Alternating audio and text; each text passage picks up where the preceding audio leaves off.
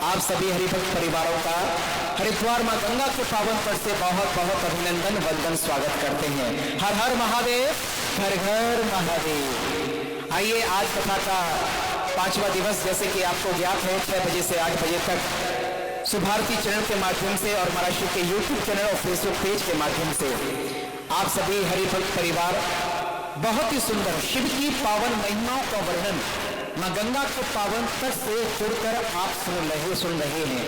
और कहते हैं ना कि आज श्रावण की शिवरात्रि है। श्रावण मास की शिवरात्रि के पावन पर्व को मनाते हुए मां गंगा के पावन तट से देवभूमि हरिद्वार से परम श्रद्धेय आचार्य श्री हरि जी महाराज, जिनकी अमृतमय वाणी से यह सौभाग्य आपको घर पर बैठकर मिल रहा है। तो आइए, श्रावण मास में यानी कि महत्व होता है भगवान की कथा सुनने का, और भगवान की कथा सुनते सुनते आपके परिवार के द्वारा, आपके प्रियजनों के द्वारा, आपके आत्मजों के द्वारा मां गंगा के पावन तट पर और गंगा जल से रुद्राभिषेक कराने का आनंद भी आपको मिल रहा है। बीते हुए इन दिनों में श्रावण मास में जो महाराष्ट्र के भक्त परिवार, शिष्य परिवार, चाहे वो हिमाचल प्रदेश से, चाहे वो लखीसराय बिहार से, आगरा उत्तर प्रदेश से, चाहे वो तेलंगाना में बैठकर सुभारती चैनल के माध्यम से जुड़े और अपनी धन रूपी लक्ष्मी की आहुति समर्पित की, सही मायने में प्रभु भोले को प्रसन्न करने के लिए मां भागीरथी गंगा के इस पावन तट पर महर्षि ने यह संकल्प लिया कि चलिए भैया, सुभारती चैनल के माध्यम से जो समय हमें मिला है उस समय का सदुपयोग किया जाए। क्यों ना प्रभु भोले के अवगढ़दानी के जो दीवाने हैं निरंतर उनसे प्रेम करते हैं और उनके मन में एक श्रद्धा भाव जागृत रहता है कि चलिए इस बार कांवड़ यात्रा में हम लोग कांवड़ यात्रा के लिए मां गंगा का जल अपने स्थान पर नहीं ला पाए हैं। तो महाराष्ट्र के पास जो निरंतर संपर्क आ रहे थे, कॉलें आ रही थी, तो महर्षि ने विचार किया कि चंद समय में चलिए जो भी समय हमें मिले, क्यों ना भक्तों के मन के भावों को देखते हुए और हम सुभारती चैनल के माध्यम से जो समय हमें मिला मां गंगा के पावन तट से देवभूमि हरिद्वार से हम सभी भक्तों के मन की भावनाओं को जागृत रखते हुए गंगा जल से प्रभु भोले को प्रसन्न करें, यानी कि रुद्राभिषेक करें। साथ ही साथ हमारे जो संत भगवंत यहाँ पर मां गंगा के पावन तट पर विराजमान रहते हैं, भोलेनाथ का नाम सुमरण करते हैं, गंगा मैया की आरती करते हैं, दीपदान करते हैं, तो उनके साथ ही साथ हम मां गंगा की आरती करने का सौभाग्य भी प्राप्त कर सकते हैं। और आइए, जो भक्त परिवार आज यानी कि श्रावण मास की शिवरात्रि है, जो भी भक्त परिवार अपने नाम से, अपने पूर्वजों के नाम से, अपने प्रियजनों के नाम से यथाशक्ति यथा भक्ति सेवाएं जो लिखाना चाहते हैं, घर बैठे रुद्राभिषेक का लाभ आप प्राप्त कर सकते हैं। इसके लिए 1100 रुपए का सहयोग लिखाकर आप सेवा के पावन यज्ञ से आप जोड़ सकते हैं। साथ ही साथ संतों की भोजन प्रसादी भी आप करा सकते हैं। 2100 रुपए का सहयोग लिखाकर आप सेवा के पुनीत कार्य से आप जोड़ सकते हैं। मां गंगा की आरती और दीपदान आपके परिवार के नाम से कराई जाए तो 3100 रुपए का सहयोग लिखाकर इस सेवा के पुनीत कार्य से आप जुड़ सकते हैं। और जैसे कि आप पूर्व में महर्षि के सेवा प्रकल्पों से जुड़े रहे हैं, वृंदावन धाम में ब्रज क्षेत्र में एकादशी और पूर्णमासी निरंतर महर्षि का संकल्प रहता है। जब से पहला आयोजन आपने भगवत कथा का वृंदावन धाम में किया, तब से आपने निरंतर संकल्प ले लिया कि चलिए भैया, भगवत कथा में ऐसे बहुत से भक्त परिवार होते हैं जो वृंदावन धाम नहीं पहुंच पाते, लेकिन वो चाहते हैं कि हमारे धन का सच्चा सदुपयोग हो जाए। तो एक माध्यम उसके बीच में महाराष्ट्री है। महाराष्ट्री के साथ जो भक्त परिवार जुड़ते हैं, जो आप जैसे भक्त परिवार अपने धन का सदुपयोग करते हैं, महाराष्ट्री उस सहयोग राशि को वृंदावन धाम में एकादशी और पूर्णमासी को यानी कि ब्रज 84 कोस में वृंदावन धाम की परिक्रमा में, या फिर राधे रानी की परिक्रमा में, या फिर वृंदावन यानी कि गिरिराज जी गोवर्धन की परिक्रमा में जो हमारे संत भगवंत होते हैं, जरूरतमंद होते हैं, वहां बैठे परिवार जो होते हैं, उनके भंडारा सहयोग के लिए आप प्रयास रहते हैं और सेवा की कार्य करते हैं। उन तक वो 2 भक्त का भोजन पहुंचे, भंडारा महाप्रसादी के माध्यम से अन्न वितरण किया जाता है। तो ये श्रृंखला, ये सेवा निरंतर चल रही है। तो जो भी भक्त परिवार सेवाओं का लाभ प्राप्त करना चाहते हैं, जुड़े, आप भी सेवा लिखा सकते हैं। यानी कि श्री प्रेम बिहारी जी के मंदिर का निर्माण कार्य सोलन हिमाचल प्रदेश में बन रहा है और कार्य जो चल रहा है आप सुभारती चैनल के माध्यम से देख सकते हैं। जो भी मंदिर के निर्माण कार्य के लिए यथाशक्ति यथा भक्ति सेवाएं आप लिखाना चाहते हैं, अपनी सेवाएं हमारे आश्रम के जो नंबर चल रहे हैं उन पे आप संपर्क करते हुए लिखा सकते हैं। सेवाएं बहुत हैं, लेकिन पहला उद्देश्य है कि श्रावण मास जो चल रहा है, प्रभु भोले की महिमाओं का वर्णन पूज्य महाराज जी की वाणी से आप लाभ प्राप्त करें। इसके दो फिगर होते हैं, एक अपना वाला, एक बाहर वाला। आप मेरा भी कम कर रहे हो, मैं कितना जोर लगाऊंगा। चाहे उनकी अच्छी आ रही, मेरे को नहीं मिले ना, मैं कितना जोर लगाऊंगा, वाला फटेगा मेरा। कोई बात नहीं है, फटने दो, फट रही है तो जो भी भक्त परिवार आनंद प्राप्त कर रहे हैं घर पर बैठकर, मैं सभी वैष्णव धर्म अनुयायियों से, हरि भक्त परिवारों से निवेदन करना चाहूंगा कि जो आपको श्रावण मास में ये अवसर मिला है, आप भी इस मौके को भुनाना सीखें। ये अवसर आपको मिल रहा है घर पर बैठकर। तो आइए, हमारे जो आश्रम के नंबर चल रहे हैं, सभी हरि भक्त परिवार पूज्य महाराज जी के नंबरों को आप नोट कर सकते हैं, संपर्क स्थापित कर सकते हैं और यथाशक्ति यथा भक्ति जो भी आपकी सेवाएं हो, तेरा तुझको अर्पण क्या लागे मेरा, मैं उन सभी हरि भक्त परिवारों से निवेदन करूंगा कि आपकी सेवा राशि आज श्रावण मास की शिवरात्रि के पावन पर्व पर पहुंचे। हमारे आश्रमों के नंबर पर आप संपर्क स्थापित कर सकते हैं और अपनी सेवाएं हम तक पहुंचा सकते हैं। तो आइए, मैं अपनी वाणी को विराम देता हूं और जिन्होंने अभी तक सेवाएं पहुंचाई हैं, हम उनका बहुत बहुत धन्यवाद ज्ञापित करते हैं। आज 5वें दिवस की कथा जो चल रही है, महाराज जी की अमृतमय वाणी से सुंदर कथा का लाभ हम प्राप्त करते हैं। एक बार प्रेम से और भाव से दोनों हाथ ऊपर उठाकर हर हर महादेव, घर घर महादेव।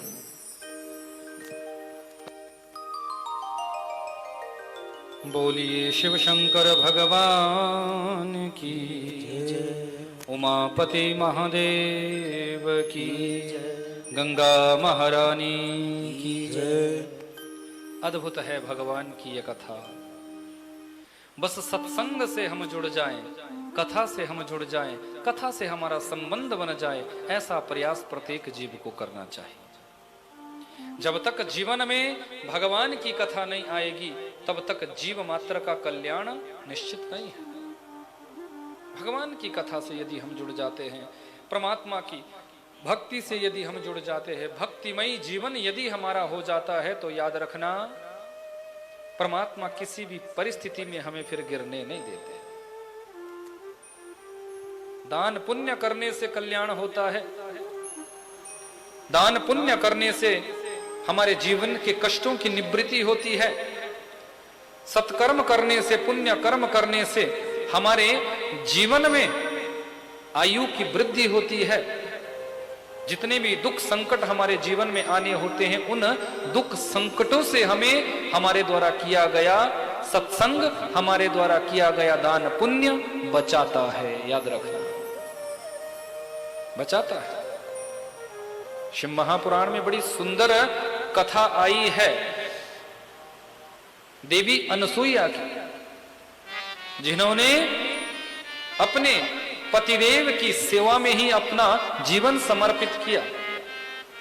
अत्रि ऋषि एक बार साधना में बैठे और 54 वर्षों तक उनकी साधना लग गई।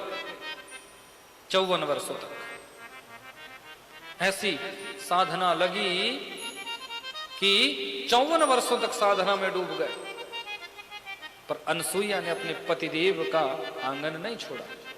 बस वहीं पति की सेवा करती है और किनारे में पार्थिव शिवलिंग बनाकर भगवान शंकर जी की आराधना करती है।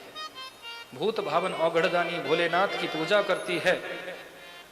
54 वर्षों के बाद यहां अकाल पड़ चुका था। यत्र तत्र सर्वत्र कहीं भी पानी दूर दूर तक नहीं दिखता था, अकाल पड़ा हुआ था।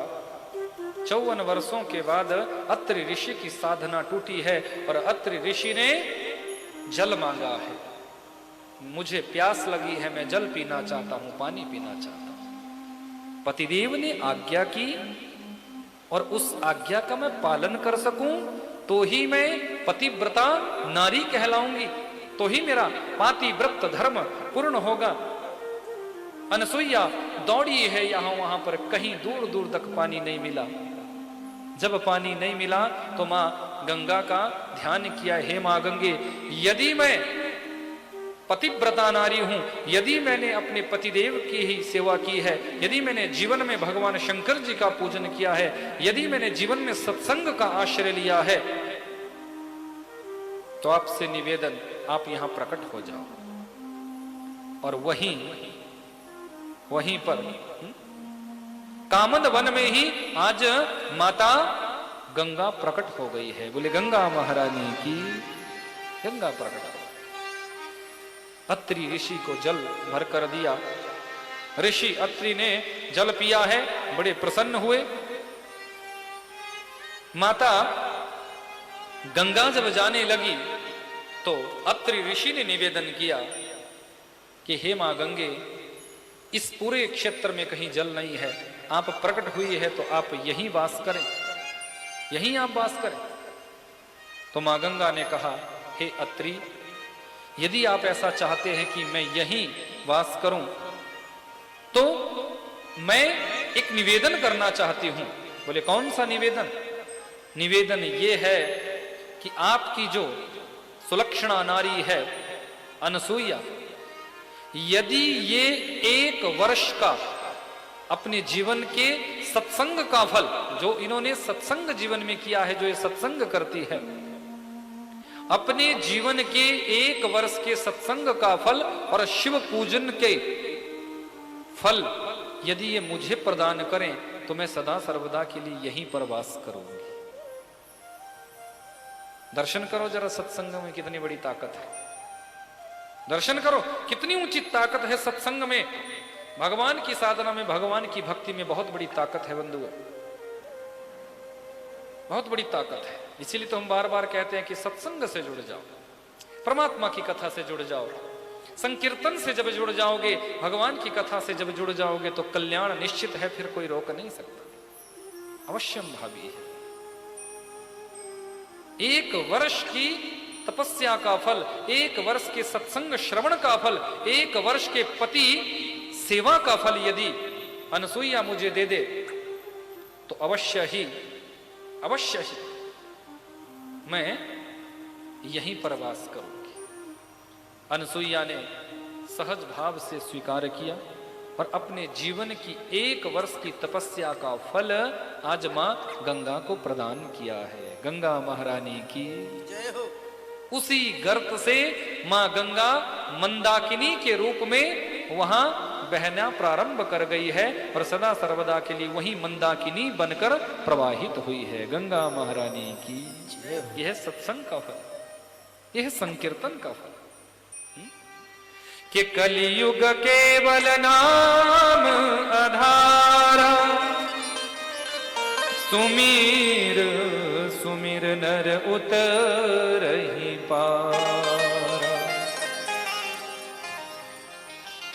जितना भी नाम आप जपते हो, जितना भी परमात्मा का नाम आप लेते हो, उतना ही कल्याण होता है, याद रखना। एक बार कोई सत्संगी व्यक्ति कथा श्रवण करने के लिए जा रहा है। वो लोग ध्यान से सुने जिनके पास समय नहीं है कथा सुनने का, जो ये कहते हैं कि चलो 5 दिन की कथा है, 7 दिन की कथा है, 10 दिन की कथा है, 1 दिन हाजिरी लगा लेंगे। वो बड़े ध्यान से सुनिएगा, काम आएगा। कोई सत्संगी व्यक्ति घर से अच्छे कपड़े पहनकर श्रृंगार करके निकला, क्योंकि भगवान के दरबार में जाओ ना तो अच्छा बनकर जाओ, बाहर से भी अच्छे और अंदर से भी अच्छे। ये नहीं कि बाहर से तो आपने श्रृंगार कर लिया पर अंदर आपने विकार भर दिए, नहीं। अपने अंदर के विकारों को भी नष्ट करना चाहिए, अंदर के विकारों को निकाल कर, अंदर विकारों का त्याग करके हमें जाना चाहिए। परमात्मा के दरबार में जब भी जाओ विकार शून्य होकर जाओ, ईर्ष्या द्वेष बुरा भाव मन से निकाल दो, क्योंकि भगवान के दरबार में हम जा रहे हैं, वहां दिखावे के लिए अच्छा नहीं बनना है कि हम दिखावे के लिए अच्छा बन जाए और मन में विकार फैले हो। हम दिखावे के लिए तो सुंदर बन जाए पर अंदर तो मलिनता छाई हो, नहीं। आंतरिक पवित्रता होनी चाहिए, आंतरिक पवित्रता। आंतरिक पवित्रता को लेकर जब हम जाएंगे, आंतरिक पवित्रता को लेकर जब भगवान के दरबार में जाएंगे तो अवश्य परमात्मा हमें अपना लेंगे, अपना लेंगे। कि निर्मल मन जन सो मोहि पावा, मोहि कपट छल छिद्र न भाव। भगवान कहते हैं कि जिनके अंतःकरण की निर्मलता होती है यारे, उनको मैं प्राप्त हो जाता हूं। अंतःकरण की निर्मलता, छल छिद्र कपट बुरा भाव दुराव, इसका त्याग करो। ये सत्संगी व्यक्ति निकला है और जैसे ही मार्ग में गया है एक कीचड़ का गड्ढा, ये सत्संगी व्यक्ति उस कीचड़ के गड्ढे में गिर पड़ा। इसे बड़ा कष्ट हुआ कि मैं तो बड़े प्रेम से बड़े भाव से सत्संग श्रवण करने के लिए जा रहा था, कथा सुनने के लिए जा रहा था और बीच में गिर गया। अब देखो, यदि हम आपके साथ ऐसा हो जाएगा तो हम आप क्या करेंगे? बोलो, आप लोगों के साथ यदि ऐसा हो जाए तो आप लोग क्या करोगे? भले आए थे कीर्तन सुनने के लिए, आए थे कथा सुनने के लिए, ये तो बीच में ही पड़ गया। अब यहां से तो नहीं बोलूंगा ना जो आप बोलते हो, समझ लेना। फिर आपको ऐसा लगे दोबारा नहीं जाओ। पर देखो, विश्वास की परिपक्वता, श्रद्धा का समर्पण भाव, ये गिरा है गर्त में और इसके पूरे शरीर में कीचड़ लगा है, पर इसका मन ऐसा हुआ है कि ठीक है, यदि मेरे साथ ऐसा हुआ तो भी मैं कीर्तन में जाऊंगा। मुझे ऐसा नहीं, फिर दौड़ा है घर में जाकर इसने वस्त्रों को चेंज किया, कपड़ों को बदला और स्वच्छ वस्त्र धारण करके पुनः ये सत्संग की पंडाल की ओर जाने लगा है। जहां कथा हो रही थी, जहां कीर्तन हो रहा था, वहां के लिए चला। अब जैसे ही गया, फिर उस गड्ढे के पास जब पहुंचा तो दोबारा उस गड्ढे में गिर गया। राम राम राम राम, हे भगवान, फिर गड्ढे में गिर गया। अब गड्ढे में गिरा, फिर इसके शरीर में कीचड़ लगा, पर इसे गुस्सा नहीं आया। तुम लोगों को गुस्सा आएगा? तुम्हारे साथ यदि ऐसा हो जाए ना तो तुम कहोगे कि नहीं जाना कीर्तन में, नहीं जाना कथा में, छोड़ो पर घर में सोते, घर में आनंद ले। आजकल तो वैसे ही बरसात है, चल रहे थे, रास्ते से कोई गाड़ी वाला गया और उसने बीच में पानी भरा था, छपाक से तो पूरे शरीर में लग गई मिट्टी, लग गई कीचड़। अब तुम गालियां उसको भी दोगे, गलती तो खैर उसकी है, तो उसको भी गालियां देकर अपना मुख अशुद्ध करोगे, क्योंकि गालियां देने से हमारे मुख की अशुद्धि होती है, याद रखो। उसको भी गालियां देकर अपने तेज क्षीण करोगे, अपने मुख की अशुद्धि करोगे, और जहां जा रहे थे कथा में वहां के लिए भी दो चार बातें बोल दोगे। लेकिन देखो इस सत्संगी व्यक्ति का भाव, इस सत्संगी व्यक्ति का प्रेम देखो, श्रद्धा देखो, समर्पण भाव देखो। बोले तो क्या हुआ? शायद मेरे जीवन में ये परीक्षा हो रही हो, मैं अपनी परीक्षा में मुझे उत्तीर्ण होना है, फेल नहीं होना है, पास होना है। दौड़ा है, फिर घर में जाकर अपने वस्त्रों को इसने उतारा और दूसरे वस्त्र धारण किए और अब ये फिर कीर्तन में चला है। अब तीसरी बार उसी गड्ढे के पास पहुंचा जहां थोड़ा अंधेरा था, दिखता नहीं था कि गड्ढा है आगे। पर जैसे ही उस गड्ढे के पास पहुंचा, उसी समय उसे एक व्यक्ति वहां खड़ा दिखाई दिया, जिसने हाथों में चिराग ले रखा था, हाथों में लालटेन पकड़ी हुई थी। अब उसे बड़ा अच्छा लगा, ये तो बड़ा अच्छी बात, तीसरी बार फिर गिरता है, यहां पता ही नहीं चलता। अब वो लालटेन का प्रकाश, चिराग का प्रकाश लेकर उसको कथा पंडाल तक लेकर जाता है। पर जैसे ही कथा के द्वार, पंडाल के द्वार पर पहुंचा, वो व्यक्ति जब अंदर आने लगा तो उसने उस व्यक्ति से कहा कि भैया तुम भी चलो, कथा चली हुई है, तुम भी कथा सुनो। पर वो बोले ना, बोले नहीं मुझे नहीं जाना। बोले नहीं नहीं महाराज, आप नहीं, उतनी दूर से मुझे आप प्रकाश कराकर, मुझे उजाला दिखाकर यहां तक लाए हो, आप भी कथा में चलो, जब आ ही गए हैं तो कथा सुन लो। 3-4 बार जब जिद की तो वो व्यक्ति कहने लगा, सुनो मैं काल हूं। कौन हूं? काल। पहली बार जब तुम गड्ढे में गिरे, तुम्हारी मौत आ चुकी थी, तुम्हारी मृत्यु निश्चित थी, और गड्ढे में गिराकर मैंने तुझे मारना था। लेकिन तुम्हारा कथा के प्रति प्रेम था, कथा के प्रति तुम्हारा समर्पण भाव था। जब तुम उस गड्ढे में गिरने के बाद भी तुमने अपना निर्णय नहीं बदला, तुमने अपने विचार नहीं बदले, अपना भाव नहीं बदला, तो तुम वहां से दौड़े और अपने घर से वस्त्र बदलकर फिर कथा के लिए, कथा श्रवण करने के लिए आ गए। तो मैंने जो तुम्हें मारना था, तुम्हें नष्ट करना था, तुम्हें ले जाने के लिए मैं आया था। तो महादेव प्रसन्न हो गया और उन्होंने मुझे फटकार लगा दी कि तू इसे नहीं ले जा सकता, तू इसे नहीं ले जा सकता। महादेव जी ने बस इसी बात पर प्रसन्न होकर तुम्हारी कष्टों को हर दिया। जो कष्ट तुम्हें होना था, जो मरना तुल्य, मरने तुल्य कष्ट जो तुम्हें होना था, वो महादेव जी ने उस कष्ट का हरण कर लिया। फिर तुम दूसरी बार आए, फिर तुम दूसरी बार उस गड्ढे में गिरे। अब फिर भी तूने अपने जीवन के भाव को नहीं बदला, अपने जीवन के भाव को नहीं बदला, अपने मन के विचारों को नहीं बदला कि मुझे कीर्तन सुनने जाना है, कथा करने जाना है, कथा सुनने जाना है, मैं कथा में विराम नहीं दूंगा, कथा का त्याग नहीं करूंगा। भले ही जीवन में किसी भी बात का त्याग हो जाए, पर मैं कथा का त्याग नहीं करूंगा। याद रखना, जीवन में कथा का त्याग कभी मत करो। यदि कथा सुनने का सौभाग्य तुम्हें मिल जाए तो समझ लेना भूत भवन भोलेनाथ की कृपा है, महादेव जी की कृपा है, जो तुम्हें कथा से जोड़ रहा है, जो तुम कथा से तुम्हारा प्रेम बना रहा है, तुम्हारा अनुराग बना रहा है। कि शतम विहाय भोक्तव्यम सहस्रम स्नानम आचरे, लक्ष्यम विहाय दातव्यम कोटिम त्यक्त्वा हरिम भजे। शास्त्र कहता है सतम विहाय भोक्तव्यम, शिव कथा कह रही है। 100 काम छोड़कर यदि भोजन करने का समय हो जाए ना, तो ये कभी मत देखो कि इस समय मैं अपने 100 काम निपटा लूं, नहीं। उन कामों को छोड़ दो, भले तुम्हारे 100 काम पड़े के पड़े रह जाए, पर पहले भोजन करो यदि भोजन पाने का समय हो गया। सतम विहाय भोक्तव्यम, 100 काम छोड़कर समय पर भोजन पाओ। और सहस्रम स्नानमाचरेत, 1000 काम तुम्हारे एक तरफ रह जाए, पर जब स्नान करने का समय हो जाए तो उस समय स्नान पा लेना चाहिए, बिस्तर छोड़ देना चाहिए। बोले महाराज वही तो छूटता नहीं, वही तो छूटता नहीं। देखो 8 बजे सोकर उठोगे तो फिर तुम्हारे जीवन में तेजस्विता कैसे आएगी, दीर्घ आयु कैसे प्राप्त करोगे। हमारे जितने भी ऋषि मुनि संत महात्मा तपस्वी हुए, इनकी लंबी आयु क्यों होती थी? 2 कारण इनके जीवन में विशेष होते थे।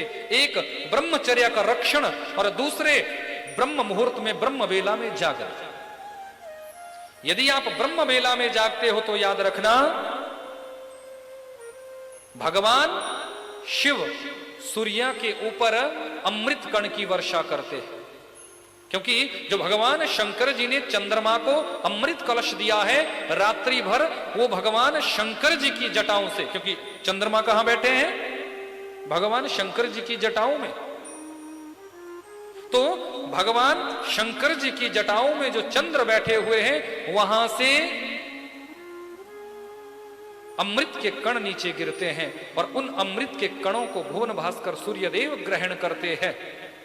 और ब्रह्म वेला में जो प्रातः काल का समय होता है, उस समय पूरी सृष्टि के ऊपर, पूरी धरती के ऊपर उन अमृत कणों को भगवान सूर्य अपने प्रकाश पुंज से बिखेरते हैं। तो जो ब्रह्म वेला में उठता है, जो ब्रह्म वेला में उठकर स्नान पाता है, वो उन अमृत कणों को ग्रहण कर लेता है, और उसकी काया निरोगी हो जाती है, और उसके जीवन में उसकी जो आयु है उसमें वृद्धि हो जाती है। शंकर भगवान की ऋषि यही तो करते थे, ब्रह्म वेला में जागते थे, ब्रह्म मुहूर्त में उठते थे। पर आजकल की समस्या तो कुछ और ही हो गई। आजकल तो बोले महाराज, जब तक पहले देखो, जब उठा जाता था, उठने का और सोने का भी एक क्रम था। उठने का क्रम शास्त्रों में क्या बताया? बोले ब्रह्म मुहूर्त में उठकर सबसे पहले अपने दोनों हाथों को अपने मुख के सामने खोलो, आंखों के सामने खोलो, अपने हाथों का दर्शन करो। शास्त्र कहता है कराग्रे वस्ति लक्ष्मी, कर मध्य च सरस्वती, कर मूले स्थितो ब्रह्मा, प्रभाते कर दर्शनम। अब कर कहते हैं हाथ के लिए, कराग्रे वस्ति लक्ष्मी, हाथ के अग्रिम भाग में देवी लक्ष्मी जी का वास होता है। दान तुम ऐसे देते हो ना, आहुति भी तुम ऐसे देते हो ना, पूजा भी तुम भगवान की ऐसे करते हो, क्योंकि अग्रिम भाग में देवी लक्ष्मी जी का वास, कराग्रे वस्ति लक्ष्मी। कर मध्य च सरस्वती, ये मूल भाग, मध्य भाग, इसमें सरस्वती जी का वास, मां शारदा का दर्शन हमें करना चाहिए, जो वाणी देती है, जो बुद्धि देती है, जो हमें मीठी वाणी प्रदान करती है, जो ज्ञानवान हमें बनाती है, विवेकशील हमें करती है, वो परम्बा जगदम्बा मां शारदा। अंग बीज की अधिष्ठात्री उस भगवती सरस्वती जी का हमें दर्शन करना चाहिए। और कर मूले तो गोविंद, कर मूले स्थितो ब्रह्मा, ब्रह्मा जी का दर्शन करो, ठाकुर जी का दर्शन करो। प्रभाते कर दर्शनम, प्रातः काल हमें अपने दोनों हाथों का दर्शन पाना चाहिए। अब आजकल के लोगों ने बोला, बोले महाराज जी सुनो, हम थोड़ा इस भाव को अपने रूप से बताएंगे, अपने रूप से सिद्ध करेंगे। अब सिद्ध कैसे किया? बोले कराग्रे वस्ती, जानते हो ना, अब बोलूंगा नहीं, यहां से समझ जाओ इशारे में। फिर धुआं उड़ाते हो, फिर कहते हो कोरोना काल में कि अब फेफड़े खत्म हो गए, अब ऑक्सीजन की कमी महसूस हो रही है, अब सांस नहीं लिया जा रहा है। कहां से लेगा भैया सांस? खूब धुआं फूका, इतना धुआं फूका, इतना धुआं फूका कि जो फेफड़े थे उनको भी नष्ट कर दिया। देखो, ऐसे भयंकर नशे करने से, धूम्रपान करने से कैंसर की संभावना अधिक बढ़ जाती है, अस्थमे की तुम्हें प्रॉब्लम हो जाती है धूम्रपान करने से। आप तो सोचते हो कि ये हम फैशन परस्त बन रहे हैं, पर कहीं ना कहीं अपने इस शरीर का तुम नुकसान कर रहे हो, धन का भी नुकसान कर रहे हो और शरीर का भी नुकसान कर रहे हो। धन भी तुमने व्यर्थ कर दिया, इतना खर्चा, इतना पैसा फालतू की बातों में तुम लगाते हो, और शरीर का भी नाश कर रहे हो, और शरीर के साथ साथ परिवार से भी दूर हो रहे हो। गंदी स्मेल जब तुम्हारे मुख से आएगी तो पत्नी भी दूर भगाएगी, बच्चे भी दूर भगाएंगे, कोई तुम्हारे पास नहीं बैठना चाहता। अरे परिवार तो परिवार पर, जब कोई बस में भी बैठता है या कहीं पब्लिक प्लेस पर बैठता है, ये तो अच्छा हुआ गवर्नमेंट ने अब कम से कम पब्लिक प्लेस में धूम्रपान करने की कोई इजाजत नहीं है। मैं धन्यवाद देता हूं भारत सरकार को कि कम से कम ऐसे कानून पास करे जो समाज के कल्याण के लिए हो, क्योंकि यदि एक व्यक्ति के कारण 10, 20, 50 लोग परेशान हो जाए तो ऐसे एक व्यक्ति के लिए तो सटीक कानून बनने चाहिए। ऐसे एक व्यक्ति यदि 150 लोगों को परेशान कर दे तो उसके लिए तो फिर दंडाधिकार होना चाहिए, उसके लिए तो फिर दंड होना चाहिए। तो देखो, धूम्रपान करने से शरीर का भी नुकसान, धन का भी नुकसान, और कर मध्य ऐसे करते हैं, ऐसे ऐसे ऐसे निकालते हैं, बड़े छुपा छुपा के पुड़िया, सामने वाले को भी पता नहीं चलना चाहिए, फिर निकाल लेंगे, फिर ऐसे ऐसे करेंगे, और फिर हाँ। देखो, मैंने कहीं सुना था कि जो ये खाते हैं ना, उसमें तमाकू का प्रयोग होता है, जो खाते हैं ना कुछ लोग, और उस तमाकू को कड़ा करने के लिए, उसे और तेज बनाने के लिए, ताकि वो तीखा बने, उसमें बड़ी गंदी चीजें डाली जाती है। मैंने तो यहां तक भी किसी से सुना था कि जो ये वॉशरूम होता है ना, पेशाब, वो उसमें छिड़का जाता है उसको और तीखा करने से। अब सोचो जरा, ऐसी चीज खाओगे, ऐसी चीज खाओगे तो तुम्हारा क्या धर्म है? फिर कैसे कल्याण होगा भैया? फिर भयंकर रोग लगते हैं, फिर कैंसर जैसी भयंकर बीमारियां तुम्हें ग्रसित कर लेती है। तो निवेदन करना चाहूंगा अपने समस्त भाइयों से कि आप ऐसा बिल्कुल ना करें, ऐसी किसी भी चीज का सेवन आप न करें जिससे आपका शरीर भी नष्ट हो जाए, शरीर में भी रोग लग जाए, और आपका धन भी नष्ट हो जाए, आपके परिवार वाले भी आपसे परेशान हो जाए। निवेदन करना चाहूंगा, यदि मेरी बात किसी को अच्छी लगे तो उसे ग्रहण करना, बुरी लगे तो भैया छोड़ देना, हम जबरदस्ती तो देते ही नहीं। हम कौन सा जबरदस्ती कर रहे हैं? कहने का अधिकार है, इस पीठ का अधिकार है, यहां से कह रहे हैं, यदि अच्छी लगे तो स्वीकार करना। उमापति महादेव की जय, शिव शंकर भगवान की जय। और प्रभाते कप दर्शनम। देवी जी सुनती हो? जी स्वामी जी, जल्दी से चाय की प्याली ले आओ, नहीं तो आंख नहीं खुलेगी। अरे प्रातः उठते ही तुम चाय की प्याली मांगते हो? प्रातः उठकर गुनगुने पानी को पीना चाहिए, गुनगुने पानी को पीना चाहिए। लगभग 72 प्रकार की बीमारियों से तुम बच सकते हो यदि प्रातः उठकर तुम गुनगुने पानी का सेवन करो। लेकिन हमें तो बेड टी चाहिए, सबसे खतरनाक बेड टी, सबसे भयंकर। बासी मुंह यदि चाय पियोगे तो खतरनाक, खतरनाक। जीवन में सत्संग को लाओ, जीवन में भगवान की कथा से हमें जुड़ना चाहिए, परमात्मा की कथा से हमारा संबंध बनना चाहिए। प्रातः काल की बेला में, वो ब्रह्म मुहूर्त की बेला में अमृत कण मिलते हैं। उन अमृत कणों को पाकर जीव लंबी आयु प्राप्त करता है और निरोगी काया प्राप्त करता है, निरोगी काया प्राप्त करता है। याद रखना। बोले शिव शंकर भगवान की जय हो। अब इस व्यक्ति ने अपना नियम नहीं छोड़ा, नियम नहीं छोड़ा, और काल कह रहा है कि सुनो, तीसरी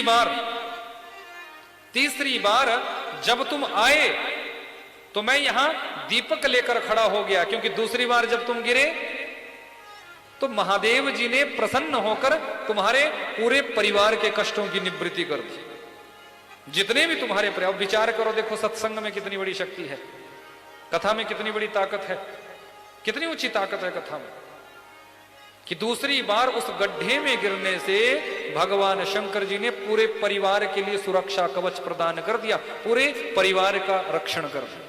बोले कोई भी बेटा है, बेटी है, पत्नी है, पति है, भाई है, भौजाई है, कोई भी है, इनको कष्ट नहीं होगा, इनको कोई कष्ट नहीं होगा। परिवार में एक व्यक्ति भी यदि कोई सत्संगी बन जाए, एक व्यक्ति भी यदि कथा से संबंध बना ले, एक व्यक्ति भी यदि दान पुण्य करने लग जाए, एक व्यक्ति भी यदि श्रेष्ठ कर्म करने लग जाए, तो निश्चित है उसका कल्याण हो जाएगा। वो अपना तो कल्याण करेगा ही करेगा, पर अपने पूरे परिवार का भी वो कल्याण करके छोड़ेगा, पूरे परिवार का, पूरे परिवार। कोई एक ही तो जुड़ता है कथा से, संबंध किसी एक का ही बनता है, पर वो जाने अनजाने में अपने पूरे परिवार का कल्याण कर देता है। कोई एक व्यक्ति कथा से जुड़ता है, बोले अभिषेक हमें कराना है, कथा भगवान की हमें सुननी है, हम दान पुण्य के लिए भेज रहे हैं, हम श्रेष्ठ कर्मों के लिए कुछ अनुदान भेज रहे हैं। भेजा तो किसी एक ने, पर जिसने भेजा उसका कल्याण तो निश्चित है ही है। पर जिस परिवार से वो धन रूपी लक्ष्मी यहां हरिद्वार में आ गई, हरिद्वार में पहुंच गई, समझ लो उस अकेले व्यक्ति ने अपने पूरे परिवार का कल्याण कर दिया, पूरे परिवार का कल्याण कर दिया, पूरे परिवार। अब काल क्या कह रहा है? बोले दूसरी बार जब तुम गिरे, तुमने अपना विश्वास पक्का रखा, तो भगवान शंकर जी प्रसन्न हुए और तुम्हारे पूरे परिवार का ही कल्याण कर दिया। बोले पूरे परिवार की रक्षा हो गई। हे काल, तो इनके पूरे परिवार को बिना समय से लेकर नहीं जा सकते। तो उसने व्यक्ति ने पूछा कि तीसरी बार फिर तुमने ऐसा क्यों किया? तीसरी बार तुम यहां उजाला लेकर क्यों खड़े हो गए? बोले इसलिए कि कहीं गलती से तुम तीसरी बार ना गिर जाओ। यदि तीसरी बार तुम इस गड्ढे में गिर जाओगे तो मुझे डर हो गया कि अभी तक तो परिवार की सुरक्षा हुई है, कहीं ऐसा ना हो भूत भावन भोलेनाथ पूरे गांव की ही सुरक्षा कर दे, पूरे क्षेत्र की ही सुरक्षा कर दे। उमापति महादेव की एक अकेला व्यक्ति सत्संग से जुड़ जाए, अकेला व्यक्ति कथा से जुड़ जाए, भगवान के भाव से जुड़ जाए, दान पुण्य से जुड़ जाए, तो वो पूरे क्षेत्र का कल्याण कर देता है। कथा तो कोई एक ही व्यक्ति करवाता है, पूरा क्षेत्र थोड़ी भी करवाता है। बाद में पूरा क्षेत्र जुड़ जाए वो एक अलग बात है, पर कोई एक लाडला भक्त ऐसा होता है भगवान का जिसके मन में भगवान की कथा करवाने का भाव जाग जाता है। एक भक्त, उसके मन में भाव जाग जाता है कि मुझे शिव पुराण करवाना है, मुझे भागवत कथा करवानी है, मुझे राम कथा करवानी है, मुझे देवी भागवत कथा करवानी है। एक भक्त के मन में भाव जागता है, और जैसे ही उसके हृदय में ये भाव जागृत होता है, वो मन बनाता है, उसके साथ फिर 10 जुड़ जाते हैं, 20 जुड़ जाते हैं, और फिर तो पूरा गांव, पूरी बस्ती, पूरा क्षेत्र जुड़ जाता है, और कथा का आयोजन सानंद भाव से हो जाता है। भाव तो एक के अंदर जगा था, पर उस अकेले व्यक्ति ने पूरे गांव वालों का कल्याण कर दिया, पूरे अकेले व्यक्ति ने परिवार का कल्याण कर दिया, सगे संबंधी रिश्तेदारों तक का कल्याण कर दिया, उस अकेले व्यक्ति। तो कितनी बड़ी ताकत है भगवान की कथा में, कितनी बड़ी ताकत है भगवान के सत्संग में। तो निवेदन करना चाहूंगा मैं आप सभी से कि कथा से जुड़ने का हम प्रयास करें, भगवत चर्चा से जुड़ने का हम प्रयास करें। मन में भाव आए कि हम कथा से जुड़ जाए, मन में ऐसे उद्गार जगे कि हम भगवान के दान पुण्य श्रेष्ठ कर्म से जुड़ जाए। अब कोई एक व्यक्ति अपने यहां से अभिषेक के लिए अपनी धन रूपी लक्ष्मी भेज रहा है, कोई एक व्यक्ति संतों की शीत प्रसादी के लिए यहां अपनी सेवा भेज रहा है, पर उसके साथ साथ पूरे परिवार का तो कल्याण हो गया। आज हमारे बहुत अच्छे एक भक्त है कसौली हिमाचल प्रदेश से, वृंदावन में जब कथा थी तो उन्होंने वहां भी अपनी सेवा भेजी, और आज मेरी बात हुई तो कहने लगे गुरुदेव आज भी आप संतों के लिए मेरी तरफ से सहयोग स्वीकार करें और वहां संत प्रसादी के लिए इस सहयोग को लगा दें। कसौली गांव से देखो, हिमाचल से ऐसे भक्त जुड़ते चले जाते हैं, जुड़ते चले जाते हैं। फिर हमें भी ऐसी आश रहती है कि जो भक्त जुड़े हुए हैं उनका सहयोग समय समय पर आता है तो मन में प्रसन्नता होती है कि देखो कम से कम ये भक्त पक्के रूप से जुड़ चुके हैं, ठाकुर जी से ऐसे जुड़ चुके हैं कि ठाकुर जी से इनका प्रेम दिनों दिन बढ़ता ही जा रहा है, बढ़ता ही जा रहा है, ऐसे भाव प्रकट होते हैं। तो काल कहता है कि तीसरी बार इसलिए मैं चिराग लेकर, इसलिए मैं उजाला कर कर तुम्हें कथा स्थल तक छोड़ कर गया कि कहीं ऐसा ना हो तुम बीच में फिर गिर जाओ और तुम्हारे गिरने मात्र से, क्योंकि तुम्हारा संकल्प तो पक्का है, तुम तो पक्का संकल्प लेकर चले हुए हो, पक्का संकल्प लेकर तुम चले हुए हो, तो इसलिए मुझे डर हुआ, मुझे भय हुआ कहीं तीसरी बार भी तुम गिर गए तो जरूर महादेव तुम्हारे पूरे क्षेत्र की ही रक्षा कर देंगे, पूरे क्षेत्र का ही कल्याण कर देंगे, और क्षेत्र में तो पापी लोग भी बहुत होंगे, अब उनको तो उसका जैसा कर्म किया है उसका फल मिलना चाहिए। पर बाबा कुछ देखते नहीं, जिस पर प्रसन्न हो जाते हैं उसके सारे कष्टों को बाबा हर लेते हैं। उमापति महादेव की, शिव शंकर भगवान की जय हो। यह है सत्संग की महिमा, यह है भगवान के संकीर्तन की महिमा। इसलिए अपने जीवन में एक पल भी हमारा व्यर्थ ना जाए, अपने प्रत्येक पल को शिवमय बना दो, प्रत्येक पल को शंकर जी के साथ जोड़ दो, परमात्मा के भाव में अपने जीवन के प्रत्येक पल को जोड़ दो, उसी में तेरा कल्याण निश्चित है, उसी में तेरा कल्याण निश्चित है। क्योंकि जो भगवान शंकर जी के मनोभाव से जुड़ जाता है उसका कल्याण हो जाता है, उसका कल्याण। तेरा पल पल बीता जाए मुख से जप ले नमः शिवाय।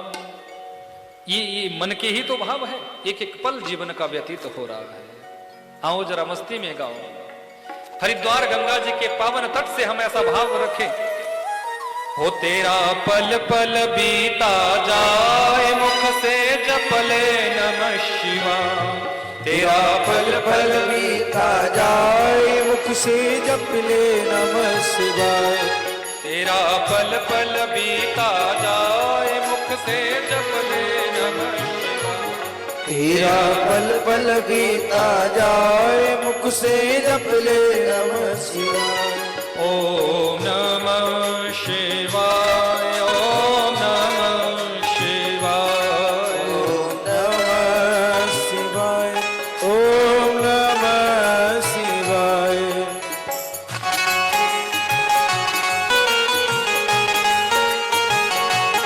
हे भोलेनाथ।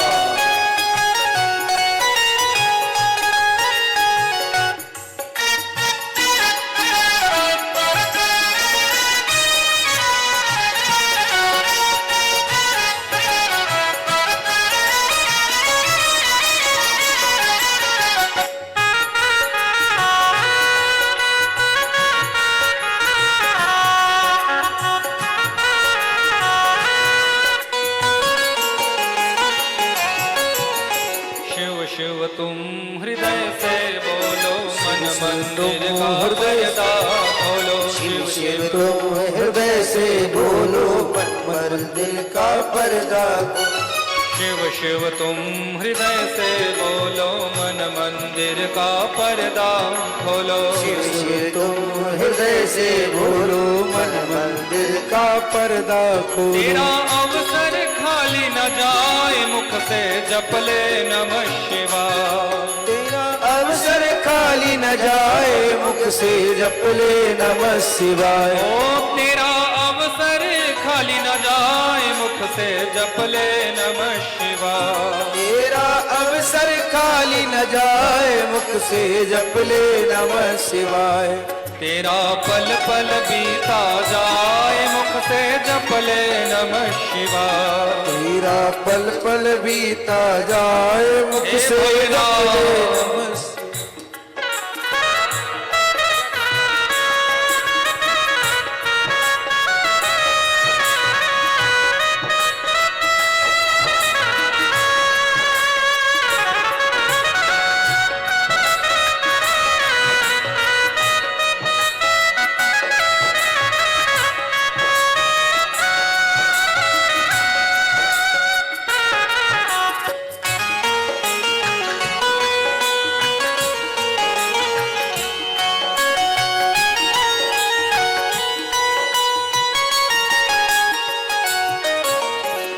दुनिया पंछी का मेला, समझो उड़ जाना है अकेला। ये दुनिया पंछी का मेला, समझो उड़ जाना है अकेला।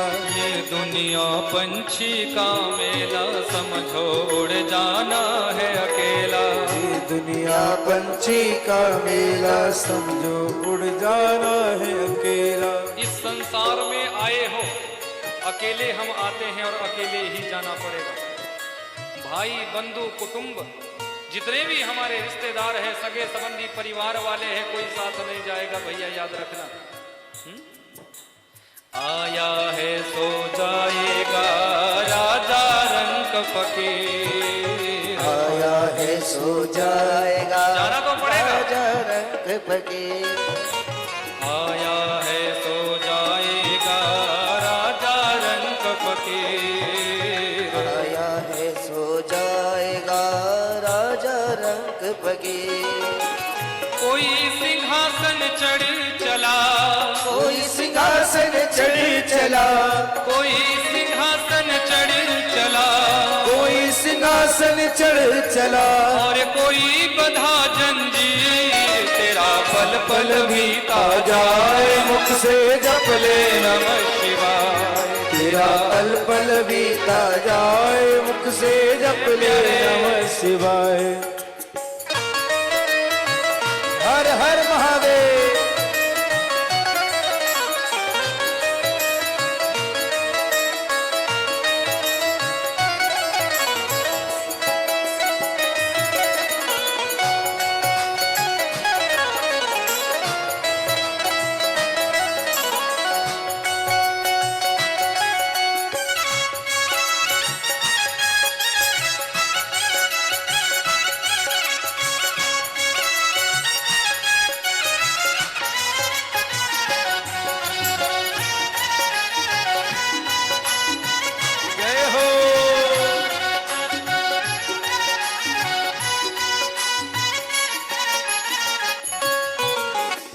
दुनिया पंछी का मेला, समझो उड़ जाना है अकेला। ये दुनिया पंछी का मेला, समझो उड़ जाना है अकेला। ये दुनिया पंछी का मेला, समझो उड़ जाना है अकेला। ये दुनिया पंछी का मेला, समझो उड़ जाना है अकेला। अभिमान करते हो इस शरीर का, इस शरीर की यौवनता का, इस शरीर की सुंदरता का, पर क्या ये सुंदरता रहनी है? क्या ये शरीर, ये जवानी, ये धन संपत्ति, ये वैभव क्या रहना है? प्यारे, शरीर लेकर इस धरती पर आए हो तो ये शरीर साथ नहीं देगा। शरीर भी एक दिन तुम्हें छोड़ देगा। इस शरीर का भी एक दिन त्याग करना पड़ेगा, शरीर को भी एक दिन छोड़ना पड़ेगा। ये दुनिया पंछी का मेला, समझो उड़ जाना है अकेला। ये दुनिया पंछी का मेला, समझो उड़ जाना है अकेला। ये दुनिया पंछी का मेला, समझो उड़ जाना है अकेला। ये दुनिया पंछी का मेला, समझो उड़ जाना है अकेला। तेरा तन मन साथ न जाए, मुख से जप ले नमः शिवाय। ओ तेरा तन मन साथ न जाए, मुख से जप ले नमः शिवाय। तेरा पल पल बीता जाए, मुख से जप ले नमः शिवाय। तेरा पल पल बीता जाए, मुख से जप ले नमः शिव शंभो।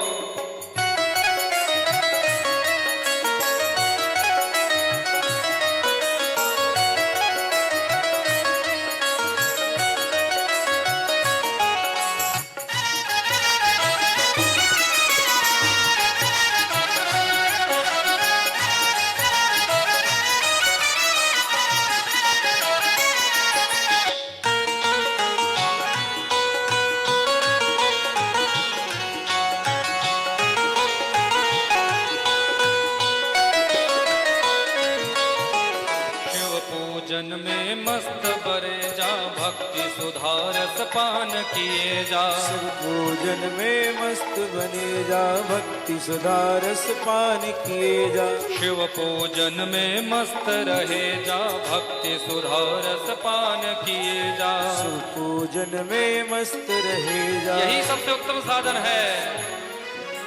शिव पूजन में मस्त रहे जा, भक्ति सुधारस पान किए जा। शिव पूजन में मस्त रहे जा, भक्ति सुधारस पान किए जा। दर्शन विश्वनाथ के पाए, मुख से जप ले नमः शिवाय।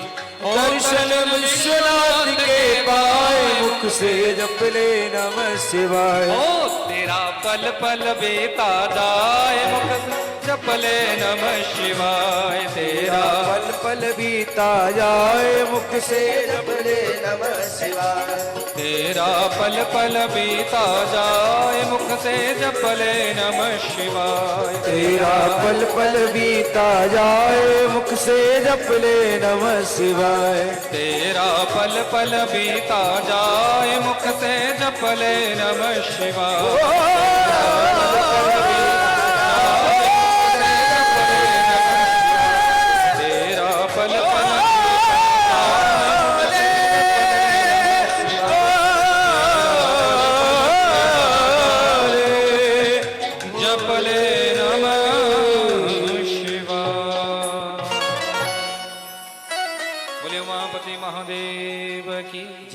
शिव शंकर भगवान की जय हो। तेरा पल पल बीता जाए, मुख से जप ले नमः शिवाय। शिव नाम श्रवण में, शिव नाम कीर्तन में बहुत बड़ी ताकत है। बहुत बड़ी ताकत है बंधु, बहुत बड़ी ताकत। जिसने भी भगवान शंकर जी का आराधन किया, जिसने भी भगवान शंकर जी का पूजन किया, भगवान शंकर उस पर प्रसन्न होते हैं।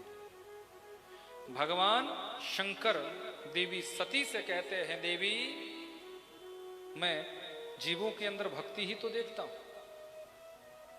जिसके अंदर भक्ति होती है, जो भक्ति में सराबोर रहता है, मैं सदैव उस पर प्रसन्न हो जाता हूं। भगवती सती को भगवान शंकर जी ने नवदा भक्ति का उपदेश किया था। नवदा भक्ति शिव कथा कहती है कि श्रवणम कीर्तनम चैव स्मरणम सेवनम तथा दास्यम तथार्चनम देवी वंदनम मम सर्वदा। कि सख्यमात्मरणं चेति नवंगानी विदुर्बुधा। भगवान शंकर जी नवदा भक्ति का दर्शन भगवती सती को कराते हैं, और वही नवदा भक्ति का दर्शन प्रहलाद जी ने अपने पिता हिरण्यकश्यपु को श्रीमद् भागवत में कराया था। जब हिरण्यकशिपु के पास गुरुकुल से पढ़कर प्रहलाद जी आए तो गोदी में बिठाया, बेटा सुना क्या सीख कर आया गुरुकुल में? तो प्रहलाद जी ने वहां नवदा भक्ति का दर्शन ही तो कराया था कि श्रवणम कीर्तनम विष्णु स्मरणम पाद सेवनम अर्चनम वंदनम दास्यम सख्यम आत्मनिवेदनम। नवदा भक्ति का दर्शन कराया था, नवदा भक्ति का दर्शन। और प्रभु श्री राम जी और शबरी का जहां मिलन रामचरितमानस में होता है, वहां भी तो प्रभु श्री राम और शबरी के बीच में नवदा भक्ति की चर्चा हुई, नवदा भक्ति की चर्चा वहां पर भी हुई। शास्त्र कहता है, शिव कथा कहती है कि जीव के जीवन में 9 दरवाजे हैं परमात्मा तक पहुंचने के लिए, 9 द्वार।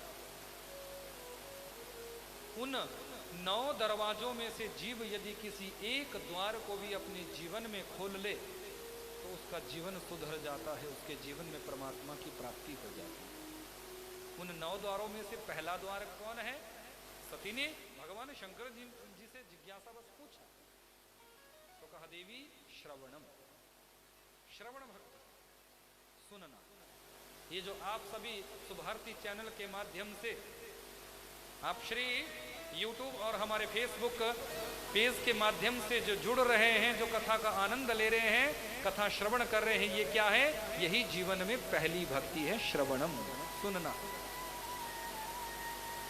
देवी रुक्मणी जी ने यही तो अपने प्रेम पत्र में लिखा था कि श्रुत्वा गुणान भुवन सुंदरम शृण्वताम ते। हे द्वारिकाधीश, मैं कभी आपसे मिली नहीं, मैंने कभी आपको देखा नहीं, मेरी कभी आपसे बात नहीं हुई, पर श्रुत्वा, मैंने बड़े बड़े राजा महाराजाओं के श्रीमुख से आपकी वीरता का यशोगान सुना।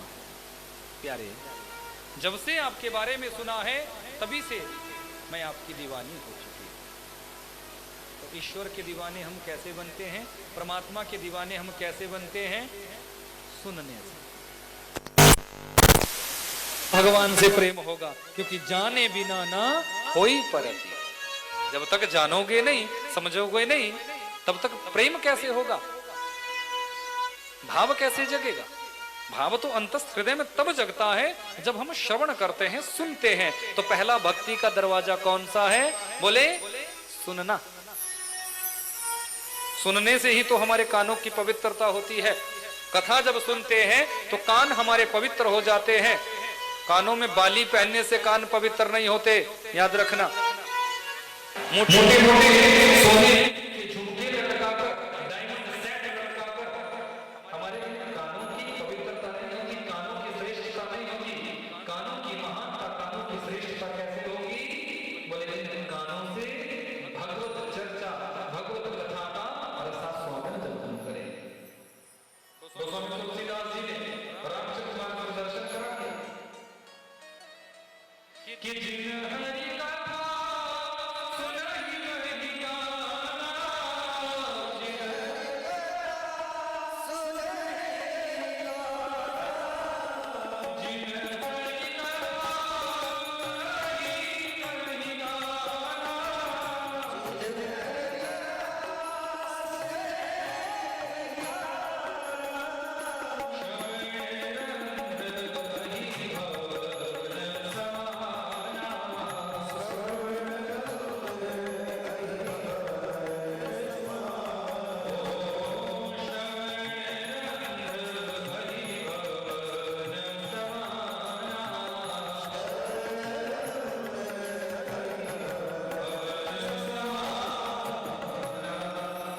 जिन हरि कथा सुनहि नहीं गाना,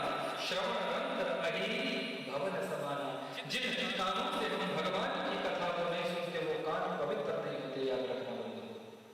इन कानों की पवित्रता होती है परमात्मा की कथा का रसपान करने से, परमात्मा की कथा श्रवण करने से इन कानों की पवित्रता होती है। इसलिए भक्ति का पहला द्वार क्या बताया? बोले श्रवणम, सुनना। अधिक से अधिक भगवान की कथा सुनी। अधिक से अधिक परमात्मा की कथा से अनुराग जोड़े, परमात्मा की कथा से संबंध जोड़े। जब परमात्मा की कथा से हम जुड़ जाएंगे तो जीव मात्र का कल्याण होगा। भगवान कहते हैं देवी सुनने से ही मेरी भक्ति अवतरित होती है, श्रवण। और दूसरी भक्ति का द्वार बताया कीर्तनम, दूसरी भक्ति बताई कीर्तन।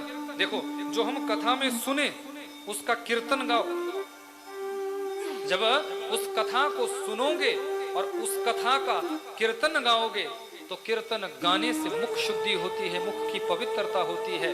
क्योंकि नादो वही ब्रह्म, हाथों से जब तुम ताली बजाते हो और मुख से जब तुम परमात्मा का नाम गाते हो तो नाद ब्रह्म की जागृति होती है।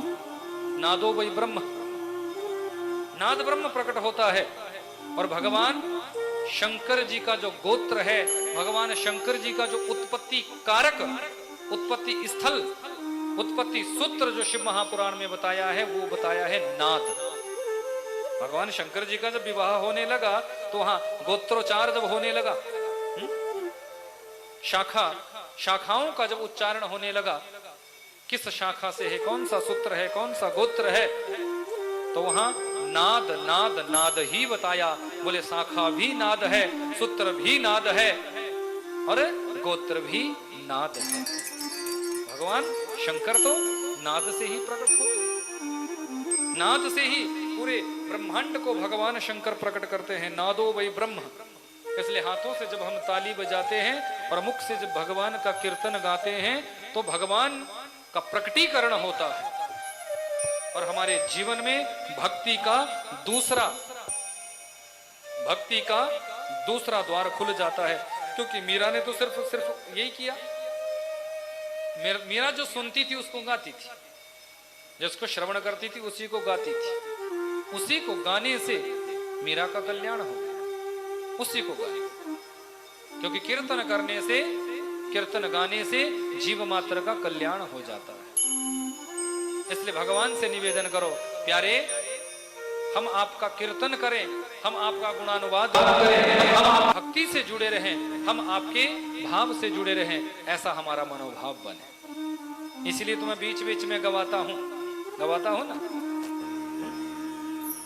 नमः शिवाय का महामंत्र हम गुणगान करते हैं, हम गाते हैं, यही तो मनोभाव है,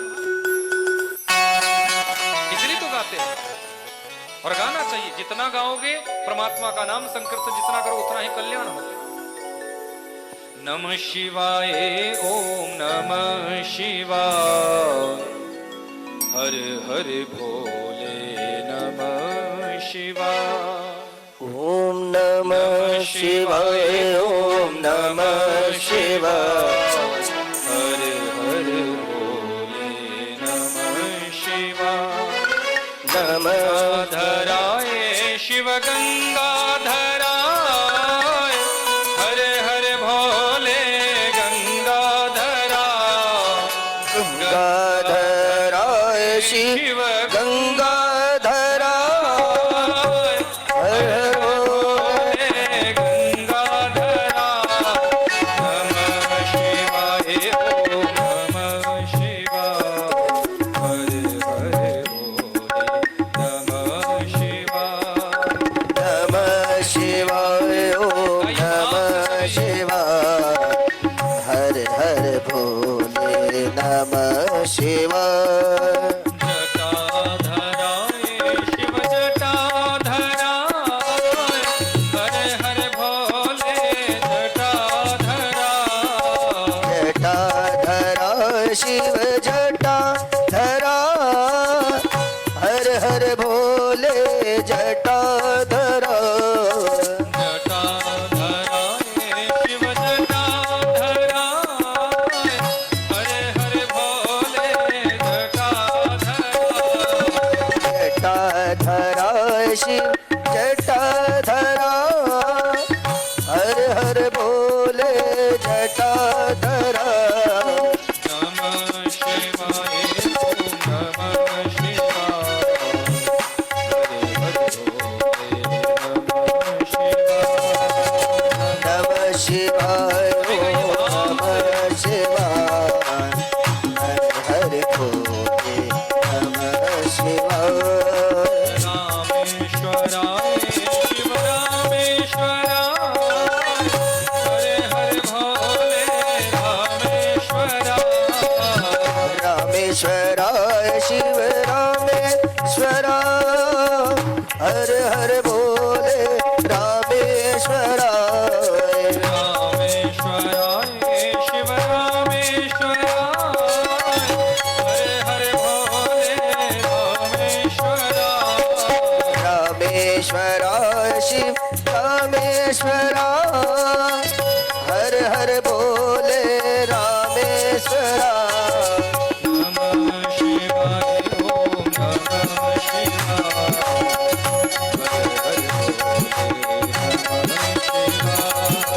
नमः शिवाय ओम नमः शिवाय नमः शिवाय ओम नमः शिवाय हर हर भोले नमः शिवाय त्र्यंबकेश्वराय शिव त्र्यंबकेश्वराय हरे हरे भोले त्र्यंबकेश्वराय त्र्यंबकेश्वराय शिव त्र्यंबकेश्वराय हर हर भोले त्र्यंबकेश्वराय गंगाधराय शिव गंगाधराय हरे हरे भोले गंगाधराय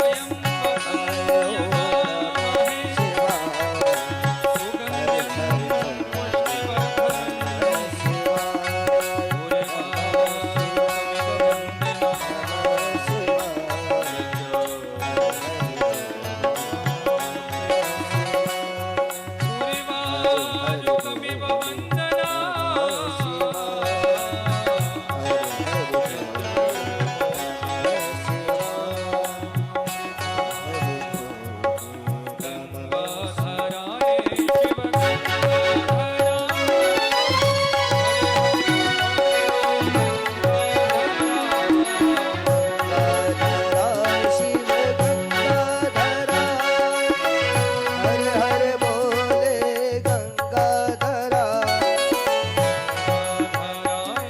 शिवाय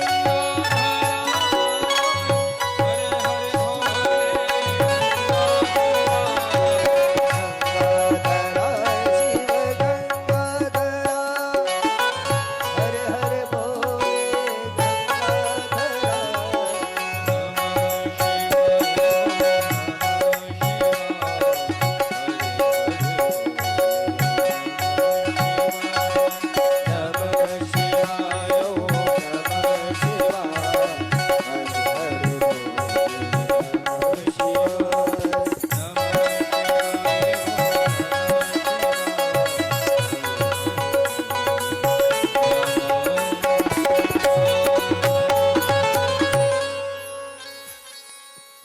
हर हर महादेव। सुभारती चैनल के माध्यम से पूज्य महाराज श्री की अमृतमय वाणी से देश और विदेश में बैठकर शिव की सुंदर महिमाओं का वर्णन आप सुन रहे हैं। और ये कथा सर्वोदय सत्संग आश्रम भारत माता मंदिर के समीप मां गंगा का पावन तट देवभूमि हरिद्वार उत्तराखंड की पावन पवित्र भूमि से आप जुड़ रहे हैं। और आज कथा का 5वां दिवस श्रावण मास की शिवरात्रि।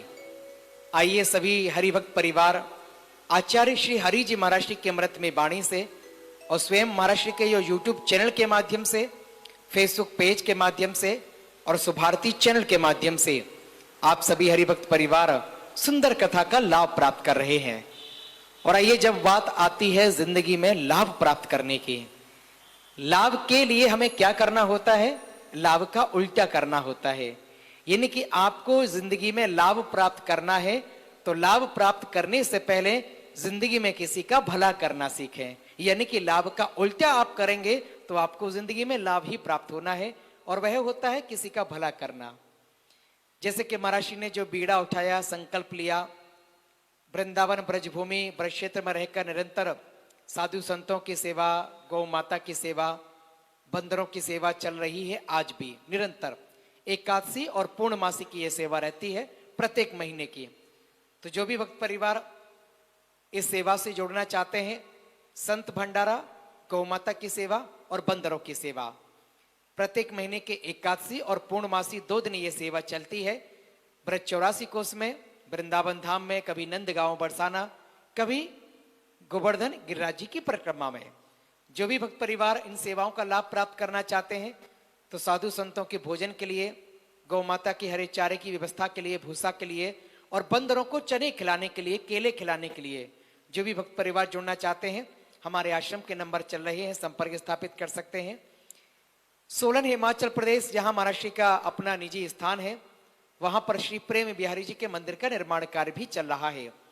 बहुत से भक्त परिवार हैं जिन्होंने बजरी, रेत, सीमेंट, सरिया, ईंट, रोड़ी सभी दान में दिया।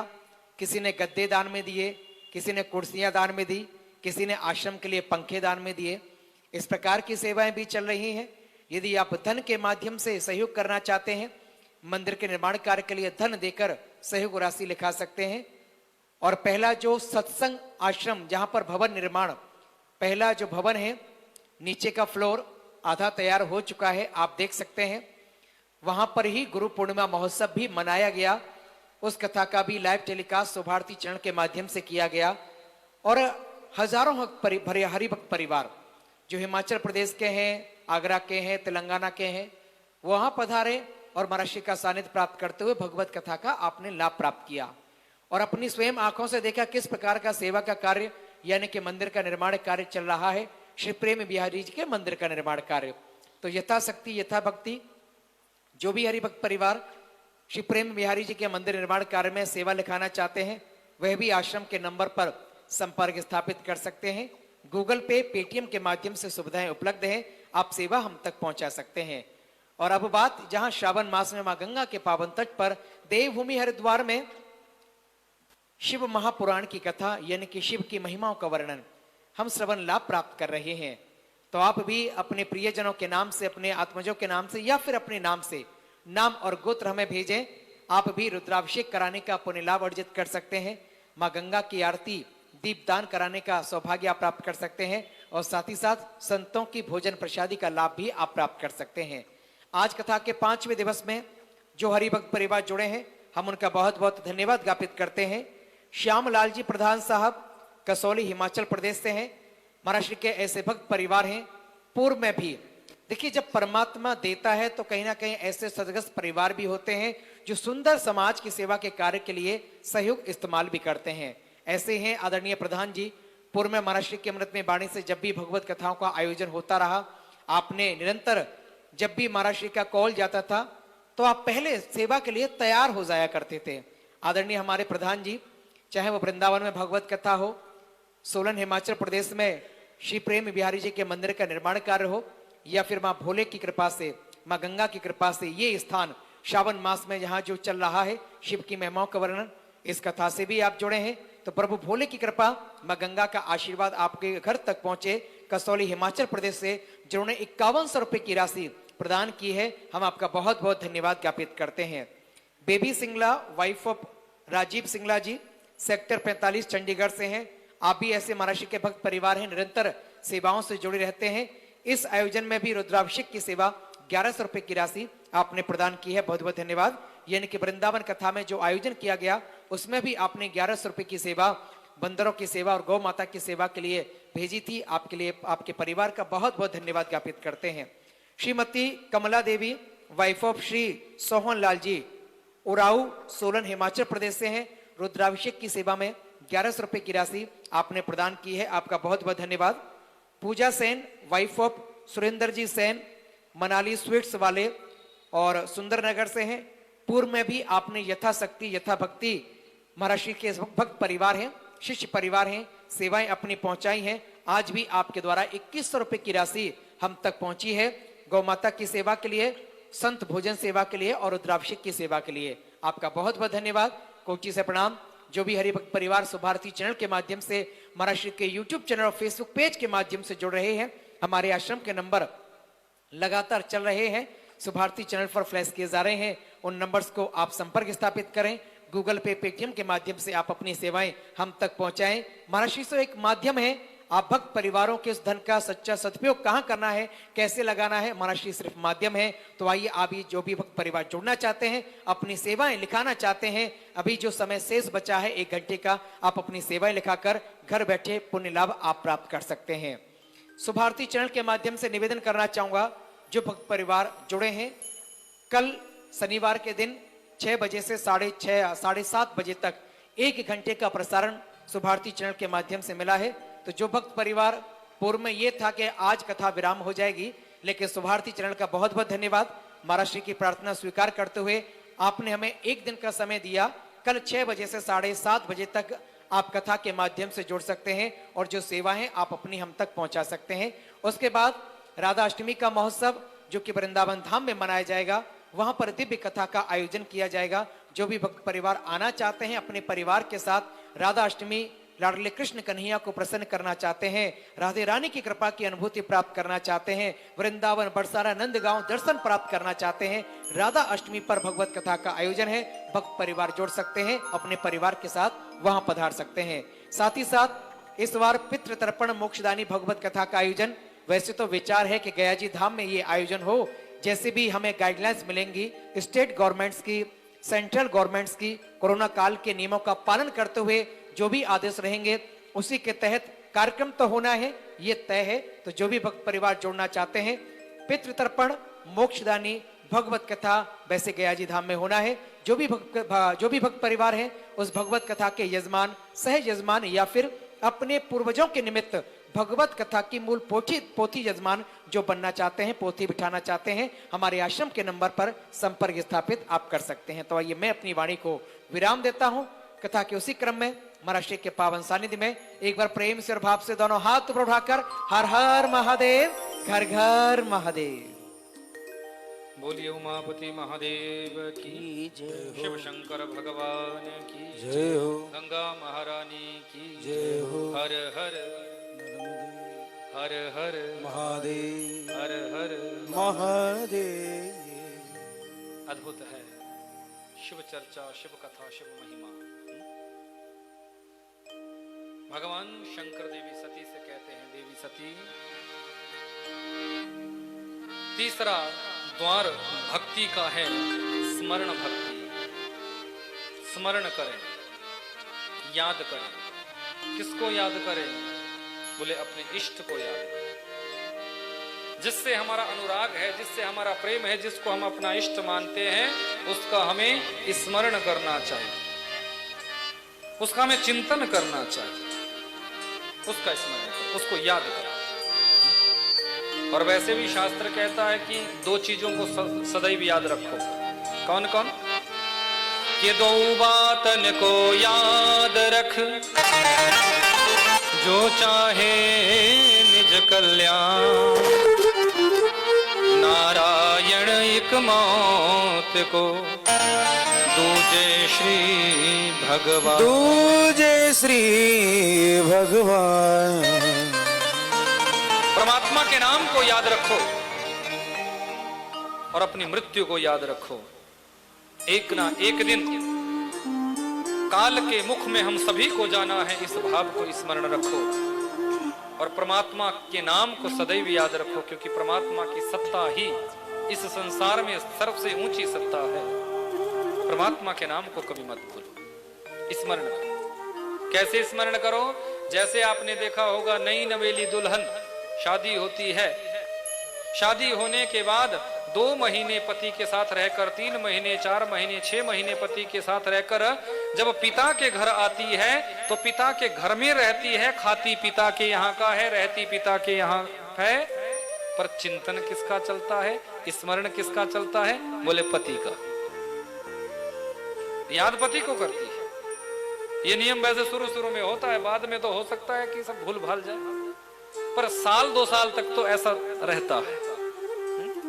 तो ठीक उस स्त्री की तरह अपने इष्ट को, भगवान को हम याद रखें तो परमात्मा का चिंतन बना रहेगा, परमात्मा की स्मृति बनी रहेगी, परमात्मा की याद बनी रहेगी, तो परमात्मा से संबंध बना रहेगा और हमारे जीवन में भक्ति का तीसरा द्वार भी सदैव खुला रहेगा, सदैव खुला। कि विपदो नैव विपदः संपदो नैव संपदः विपद नारायण विस्मृत संपन्नारायण स्मृति। हमारे शास्त्रों में सबसे ऊंची संपत्ति क्या बताई है? हमारे शास्त्रों में सबसे ऊंचा सुख क्या बताया है? सबसे ऊंची महिमा क्या बताई है? परमात्मा को याद करना, परमात्मा का चिंतन करना, परमात्मा का याद करो। हमेशा भगवान का चिंतन करो, भगवान को याद रखो। पर हम भगवान को याद नहीं रखते, हम दुनिया को याद करते हैं। दुनिया को हम याद करते हैं, दुनिया के साथ हम जुड़ जाते हैं, दुनिया का चिंतन हमारे हृदय में चलता है, हमारे मन मस्तिष्क बुद्धि में चलता है, पर परमात्मा को हम याद नहीं करते। और चिंतन यदि संसार का रहेगा, चिंतन यदि धन संपत्ति वैभव का रहेगा, तो फिर अंतिम पलों में भी वो धन पैसा ही याद आएगा। याद रखना, अंतिम पलों में फिर भगवान की याद नहीं आती। मैं अक्सर कहता हूं, बचपन में की गई भक्ति अमृत के समान होती है और जवानी में की गई भक्ति दूध घी के समान होती है और बुढ़ापे में की गई भक्ति मात्र पानी के समान होती है। तो जीवन में चिंतन ऐसा होना चाहिए, भक्ति ऐसी होनी चाहिए, हर समय हर पल भगवान को याद रखो। कि जन्म जन्म मुनि जतन कराही, अंतराम कहियावत नाही, अंतराम कहियावत नाही। जन्म जन्मांतरों तक साधु संत तपस्वी योगी यति सब यही तो भाव रखते हैं कि अंतिम पलों में भगवान का चिंतन हो सके। पर चिंतन होगा? अंतिम पलों में यदि भगवत चिंतन चाहते हो तो अपने पूरे जीवन में भगवान से जुड़ जाओ, भगवान का चिंतन करना प्रारंभ कर दो।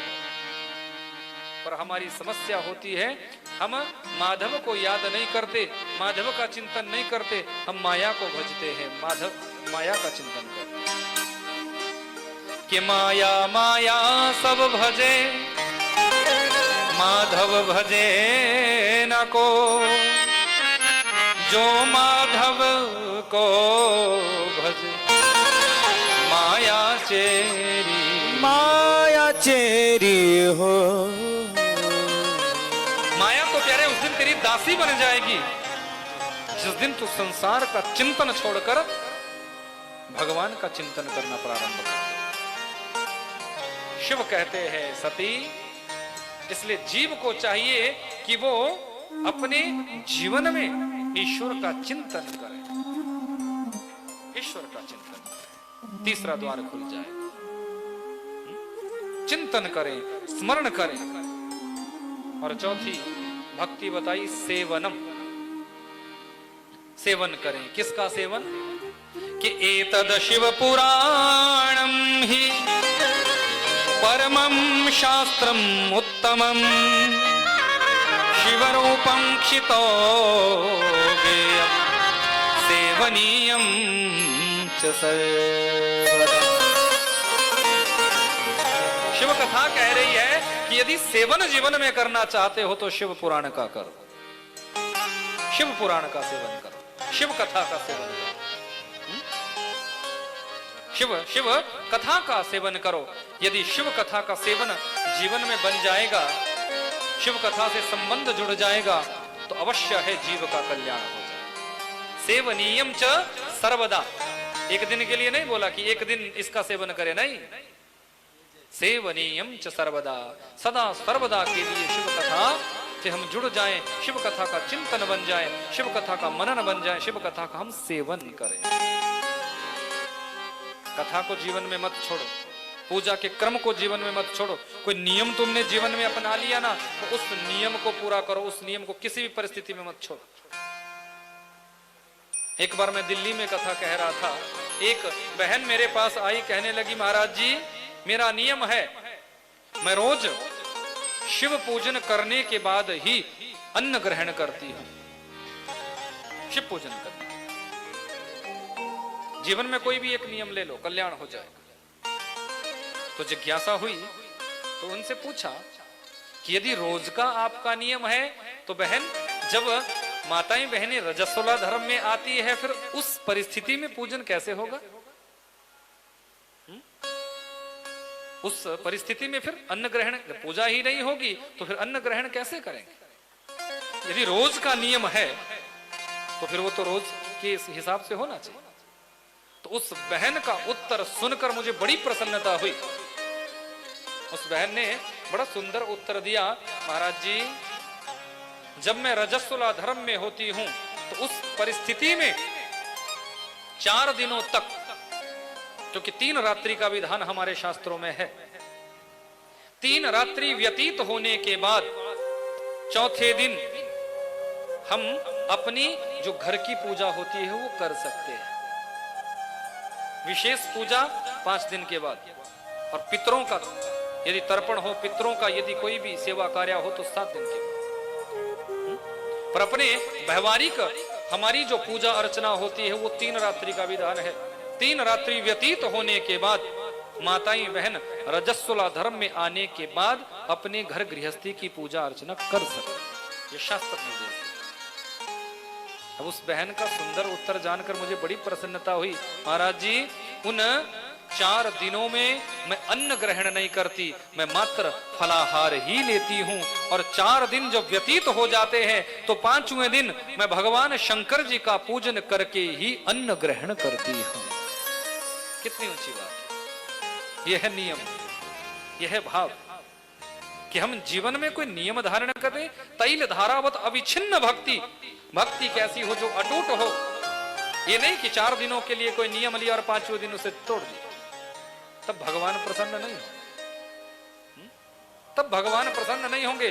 सतत जब किसी नियम को हम अपना लेते हैं, सतत जब जीवन में किसी भक्ति को हम उतार लेते हैं तो कल्याण हो जाता है। सेवनीयम च सर्वदा, बोले कभी भगवान की कथा का त्याग नहीं करो, भगवान की कथा सुनो। अरे यहां कथा विश्राम हो रही है तो क्या हुआ? ठीक है कथा विश्राम हो रही है, पर मोबाइल में तो हमारे पास रहेगी। श्री हरि जी महाराज डालो यूट्यूब पर, तुरंत कथा आ जाएगी। फेसबुक पेज पर आचार्य श्री हरि जी महाराज डालो, तुरंत कथा आ जाएगी, दर्शन करो। कथा विश्राम होती है, पर कथा तो आजकल तो इतनी अच्छी सुविधा हमारे पास है कि कथा तो 24 घंटे हमारे पास है। 8 पहर 24 घंटे हम कथा से जुड़े रह सकते हैं। जब भी टाइम मिलो, जब भी मौका मिले, भोजन बनाते हुए, सोते सोते भी कथा सुनो, भोजन बनाते बनाते भी कथा सुन लो। अपने मोबाइल को ऑन करके रख दो, कथा चलती रहेगी, कानों में तो जाती रहेगी, भोजन भी बनेगा, उस भोजन में भी भक्ति आ जाएगी, उस भोजन में भी आनंद आ जाएगा। वो भोजन भी देखना बहुत ज्यादा टेस्टी बनेगा, क्योंकि उस भोजन में भी कथा का आनंद, वो आनंद कथा का आ जाएगा। तो कथा से जुड़ना कोई कठिन नहीं है। आज के समय में हम सतत कथा से जुड़े रह सकते हैं, पर बस नियम बना लो कि रोज भगवान की कथा हमें सुननी है। 10 मिनट, 20 मिनट, आधा घंटा, 2 घंटे, 4 घंटे, रोज का नियम बना लो। सुनने से ही कल्याण हो जाएगा, निश्चित रूप से मानिएगा, सुनने से ही कल्याण हो जाएगा। क्योंकि श्रवणात श्रुति, वेदों का जो सूत्र है वो तो सुनना ही बोला है कि वेदों के मंत्रों को सुनकर यदि याद किया जाए, सुनकर यदि कथा याद की जाए, सुनकर यदि वो कथा हमारे अंतः पटल पर बैठ जाए तो इसमें जीव का कल्याण हो जाता है। पढ़ने से शायद उतना कल्याण नहीं होगा जितना सुनने से होगा, जितना सुनने से होगा। अवश्य ही ये कथा कल्याण करती है। सेवनीयम च सर्वदा, दास्य भक्ति, 5वीं भक्ति बताई, दास्यम। हमारे अंदर ऐसा भाव आना चाहिए, कहीं मंदिर में जाओ, कहीं कथा स्थल में जाओ, वहां जो भी सेवा दिखे उसको करो। ये नहीं कि ये कथा आयोजकों का कार्य है करने का, नहीं। जब आप कथा में आ गए तो आप भी उस कथा के यजमान है, आप भी उस कथा के आयोजक ही है। क्योंकि जो धन जिसके पास होता है उसको कहते हैं धनवान। बुद्धि का मालिक जो होता है, बुद्धि जिसके पास होती है उसको कहते हैं बुद्धिमान। बल जिसके अंदर अधिक होता है उसको कहते हैं बलवान। ऐसे ही जो कथा से अपना संबंध बना लेता है, कथा से जुड़ जाता है, उसको कहते हैं यजमान। यजुर्वेद से यज धातु से यज शब्द निकला, जो ये भाव धारण कर ले कि मैं कथा का यजमान हूं। जरूरी नहीं कि जो आयोजक होता वही यजमान होता है। यजमान तो कोई भी बन सकता है। तेलंगाना से माताएं जुड़ी हुई हैं, वो किसी भी कथा में, कोई भी कहीं भी हमारी कथा होती वहां से वो अपने आप ही संबंध जुड़ जाता है उनका, उस कथा से जुड़ जाते हैं, तो वहां बैठे बैठे यजमान बन गए ना। हिमाचल से भक्त जुड़ जाते हैं, वो यहां आ थोड़ी भी रहे हैं, वो देख थोड़ी भी रहे हैं कि ये कार्य कैसे चल रहा है, कैसे हो रहा है, पर उनका संबंध, उन्होंने अपनी सेवा भेज दी, वहां से वो जुड़ गए तन मन धन से, तो वो वहां बैठे बैठे कथा के यजमान बन गए, कथा के यजमान बन गए। श्राद्ध पक्ष में लोग अपने यहाँ पोथी रखवा देते हैं, अपने यहाँ पोथी रखवाने की सेवा ले लेते हैं। अब वो अपनी सेवा भेज देते हैं, अपना नाम गोत्र सब लिखा देते हैं। अब जरूरी थोड़ी भी वो वृंदावन आए, जरूरी थोड़ी भी वो गया जी में आए। वो तो हो सकता 1000 किलोमीटर, 2000 किलोमीटर, 5000 किलोमीटर दूर बैठकर भी कथा के यजमान बन गए हैं। क्यों? क्योंकि अपनी सेवा उन्होंने उस कथा में भेज दी, अपना नाम गोत्र आचार्य ब्राह्मणों के द्वारा बुलवाकर अपनी सेवा वहां समर्पित कर दी और घर बैठे ही वो यजमान बन गए। इस कोरोना काल में तो लोग घर बैठकर ही ज्यादा यजमान बन रहे हैं, क्योंकि ना तो प्रशासन स्वीकृति देता है जाने के लिए, और ना ही हम आप लोगों को जबरदस्ती बुलाएंगे कि आप आ ही लो, क्योंकि हमें पता है समस्या, हमें पता है कि समस्या क्या चल रही है। तो इसलिए घर बैठने से भी आप यजमान बन सकते हैं, क्योंकि जब जुड़ोगे तो यजमान बनोगे। बिना जुड़ने से कोई नहीं बन सकता, बिना जुड़ने से नहीं बन सकता। तो दास्य भक्ति हमारे अंदर आए, हम कहीं भी रहें पर भगवान की भक्ति करें, भगवान के मनोभाव से हम जुड़े रहें। और तीसरी बात कही अर्चनम, भगवान की अर्चना हम करें। पार्थिव शिवलिंग बनाओ, उसकी पूजा अर्चना करो। जो शिवलिंग आपके गांव में, आपके शहर में, आपके नगर में जो भी शिवलिंग स्थापित है, वहां जाकर अर्चना करो, वहां जाकर पूजा करो, वहां जाकर उस पूजा अर्चना से जुड़ जाओ, वहां से अपना भाव स्थापित कर लो, कल्याण हो जाएगा। अर्चना, अर्चना करो। अर्चना विविधोपचार से होती है, पंचोपचार से, षोडशोपचार से, राजोपचार से, विविधोपचार से आप अर्चना करो। भगवान शंकर जी को दुर्वा अर्पण करो, भगवान शंकर जी को अक्षत अर्पण करो, चावल। भगवान शंकर जी को यदि आप चावल अर्पण करते हो तो भगवान शंकर आपके घर की दरिद्रता को दूर करते हैं। 21 दाने चावल के मैंने बताया था, शहद लगाकर 21 दाने चावल के शिवलिंग पर अर्पण कर दो, श्रृंगार कर दो भोलेनाथ का, तुम्हारे घर की दरिद्रता दूर हो जाएगी। यदि घर में किसी का विवाह ना हो रहा हो तो बेल पत्र के साथ वो चावलों के दाने शहद लगाकर भगवान शंकर जी को अर्पण कर दो, शादी संबंध जुड़ जाएगा। बच्चों की विवाह में कोई रुकावट नहीं आएगी। हर एक प्रयोग से भगवान शंकर खुश होते हैं। यदि वंश की वृद्धि चाहते हो, हमारा वंश बढ़ता रहे, हमारा वंश आगे चलता रहे, तो दुर्वा, ये जो हरी घास होती है, इसको तोड़कर कम से कम जिसमें 3 गांठे हो, कम से कम 3 गांठे दुर्वा में होनी चाहिए। छोटी छोटी कोई इतनी ले आते उससे नहीं, प्रादेश मात्र, ये प्रमाण बताया है प्रादेश मात्र। तो प्रादेश मात्र दुर्वा तोड़कर आप लाओ और शिव नाम जपते हुए भगवान शंकर जी को अर्पण करो, वंश की वृद्धि होगी, वंश की वृद्धि हो जाएगी। भगवान शंकर जी को किसी भी उपचार से हम पूजा कर सकते हैं। पुत्र चाहते हो तो दुग्ध से अभिषेक करो, मात्र दूध से मैंने बताया था। संपत्ति चाहते हो, धन चाहते हो, यदि चाहते हो कि हम कर्जदार ना रहें, यदि चाहते हो कि हमारे घर में धन संपत्ति की वृद्धि हो, तो इक्षु रसेण, गन्ने के रस से भगवान शंकर जी का अभिषेक करो। गन्ने के रस से लक्ष्मी का वर्षण करते हैं भगवान। देवादिदेव महादेव लक्ष्मी का वर्षण करते, यदि कोई गन्ने से भगवान शंकर जी का अभिषेक करता है। बुद्धि चाहते हो, तेजस्विता चाहते हो, बल चाहते हो, तो घी से भगवान शंकर जी का अभिषेक करो। बलवान बन जाओगे, शक्ति संपन्न बन जाओगे, ताकत आ जाएगी, स्फूर्ति आ जाएगी। करके देखो, देखो भगवान कैसे कृपा करते हैं।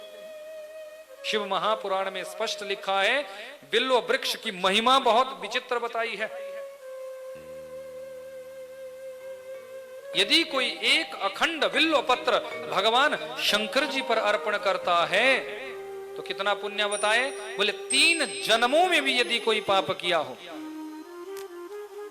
अखंडैर बिल्व पत्रस्य पूजये शिव शंकरम कोटि कन्या महादानम बिल्व पत्रम शिवार्पणम। 1 करोड़ कन्याओं के कन्यादान का फल उसको मिल जाता है, जो एक अटूट, जिसमें कोई छेद ना हो, कहीं से खंडित ना हो, कहीं से कटा फटा ना हो, ऐसे बिल्व पत्र को यदि हम शिवलिंग पर अर्पण करते हैं। विचार करो, एक शिवलिंग, एक बेलपत्र को अर्पण करने से करोड़ कन्याओं के दान का फल। त्रिजन्म पाप संहारम बिल्व पत्रम शिवार्पणम। 3 जन्मों में भी यदि कोई पाप कर्म हमसे जाने अनजाने में हुआ हो, तो यदि हम एक बिल्व पत्र भगवान शंकर जी पर समर्पित कर देते हैं तो भोले बाबा उससे भी प्रसन्न हो जाते हैं। 3 जन्मों के पाप हमारे नष्ट हो जाते हैं। दर्शन करो, 3 जन्मों के पाप एक बिल्व पत्र अर्पण करने मात्र से। बिल्व में बड़ी महिमा है। शिव पुराण में तो स्पष्ट लिखा है, यदि किसी के घर की निर्धनता ना जाए तो वो किसी श्रेष्ठ ब्राह्मण को या किसी भी निर्धन को बिल्व वृक्ष के नीचे दुग्ध का पान कराए या खीर का पान खिलाए, गाय के दूध की खीर खिलाए। कहां? बिल्व वृक्ष के नीचे बिठाकर। देखना, उसके घर में कभी दरिद्रता नहीं आएगी। यदि कोई चाहता है अपने घर में आरोग्यता बनी रहे, अपने घर में सुख शांति का वास बना रहे, अपने घर में कला क्लेश कभी ना होए, तो बेल वृक्ष के नीचे जाकर दीप दान करो, संपन्नता बनी रहेगी, कला क्लेश नहीं रहेगा। मेरे भूत भावन औगड़दानी भोलेनाथ बिल्व वृक्ष से इतने प्रसन्न होते हैं, इतने प्रसन्न होते हैं। प्रैक्टिकल करके देखो, अनुभूत प्रयोग है। भोले बाबा प्रसन्न होते हैं। बाबा कहते हैं मेरी पूजा करो तो सही, मेरी अर्चना करो तो सही। बिल्व पत्र में तो इतने गुण बताए हुए हैं। और सुनो, यदि किसी का बीपी बढ़ रहा हो, यदि किसी का बीपी कंट्रोल ना आता हो, बीपी की यदि समस्या किसी को बनी हुई हो, तो भगवान शंकर जी पर 21 बिल्व पत्र अर्पण करो और उन 21 बिल्व पत्रों को भोले बाबा पर अर्पण करने के बाद फिर मांग लो कि बाबा औषधि के लिए चाहिए और उनको लेकर आ जाओ। फिर अच्छे से उन्हें थोड़ा कूट कर या मिक्सी में थोड़ा उन्हें ग्राइंड करके, उसके बाद थोड़ा पानी में, गर्म जल में उन्हें उबाले और उबालने के बाद जब वो जल आधा रह जाए तो उसके बाद उस जल का सेवन करे खाली पेट। यदि 21 दिनों तक कंटिन्यू भगवान शंकर जी को बिल्व पत्र अर्पण करने के बाद इस प्रयोग को करोगे तो जितना भी भयंकर बीपी हो, देखना तुम्हारा बीपी सदा सर्वदा के लिए नष्ट हो जाए। बीपी नहीं बढ़ सकता। शुगर की भी यदि समस्या है तो इस प्रयोग को करने से शुगर भी तुम्हारा कंट्रोल हो जाएगा, खत्म हो जाएगा धीरे धीरे, शुगर भी नहीं रहेगी। भगवान शंकर जी के ये प्रयोग बड़े अनुभूत है, बड़े दिव्य है। इसीलिए तो बाबा एक बिल्व पत्र करने से मस्त हो जाता है। और एक बड़ा सुंदर भाव मुझे स्मरण हो रहा है, थोड़ा सा मैं चलो चलते चलते, समय का तो थोड़ा अभाव है, फिर भी गुनगुना दूं। बिल्व पतरी में क्या गुण है, बाबा हुआ मस्ताना। बाबा तो मस्ताना हो जाते हैं बेल पत्र पर। ऐसा गुण, ऐसा भाव है बिल्व पत्र में, ऐसा भाव है। हुआ मस्ताना बाबा, हुआ मस्ताना, हुआ मस्ताना भोला, हुआ मस्ताना। ओ बिल पतरी में क्या गुण है, ओ बाबा हुआ मस्ताना। बिल पतरी में क्या गुण है, बाबा हुआ मस्ताना।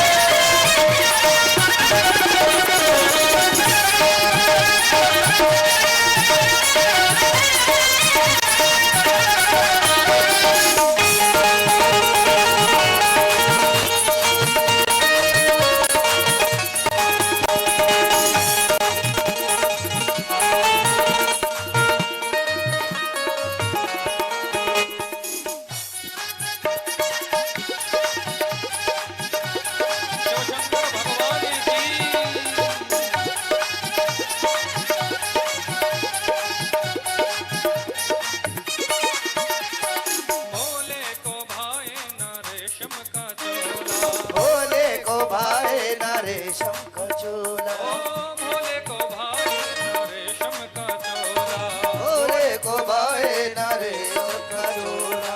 दिगछाला में क्या गुण है ओ बाबा हुआ मस्ताना, दिगछाला में क्या गुण है बाबा हुआ मस्ताना।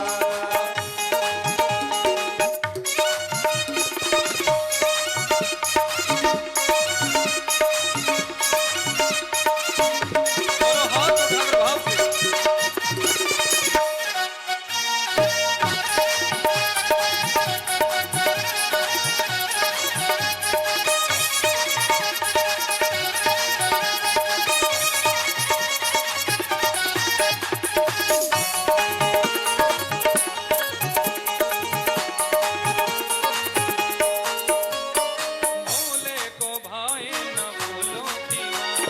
भोले को भाए न फूलों की माला, भोले को भाए न फूलों की माला, भोले को भाए न फूलों की माला, भोले को भाए न फूलों की माला। सरकों की माला में क्या गुण है ओ बाबा हुआ मस्ताना, सरकों की माला में क्या गुण है बाबा हुआ। बम बम भोलेनाथ।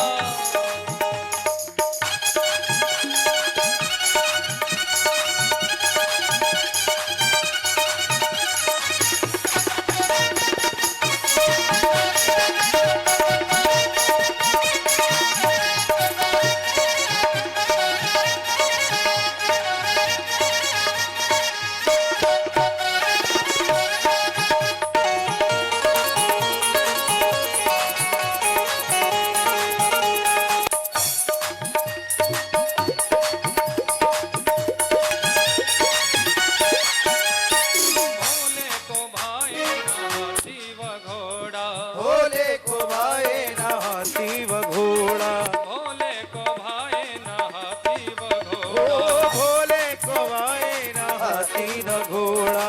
नंदी बैल में क्या गुण है ओ बाबा हुआ मस्ताना, नंदी गण में क्या गुण है भोला हुआ मस्ताना।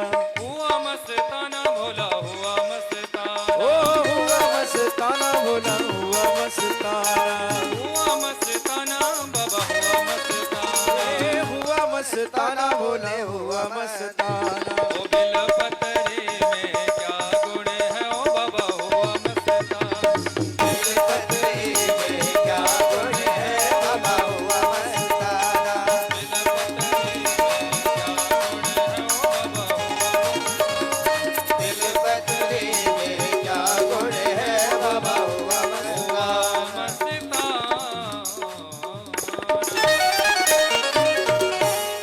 बोले शिव शंकर भगवान की जय हो, उमापति महादेव की जय हो।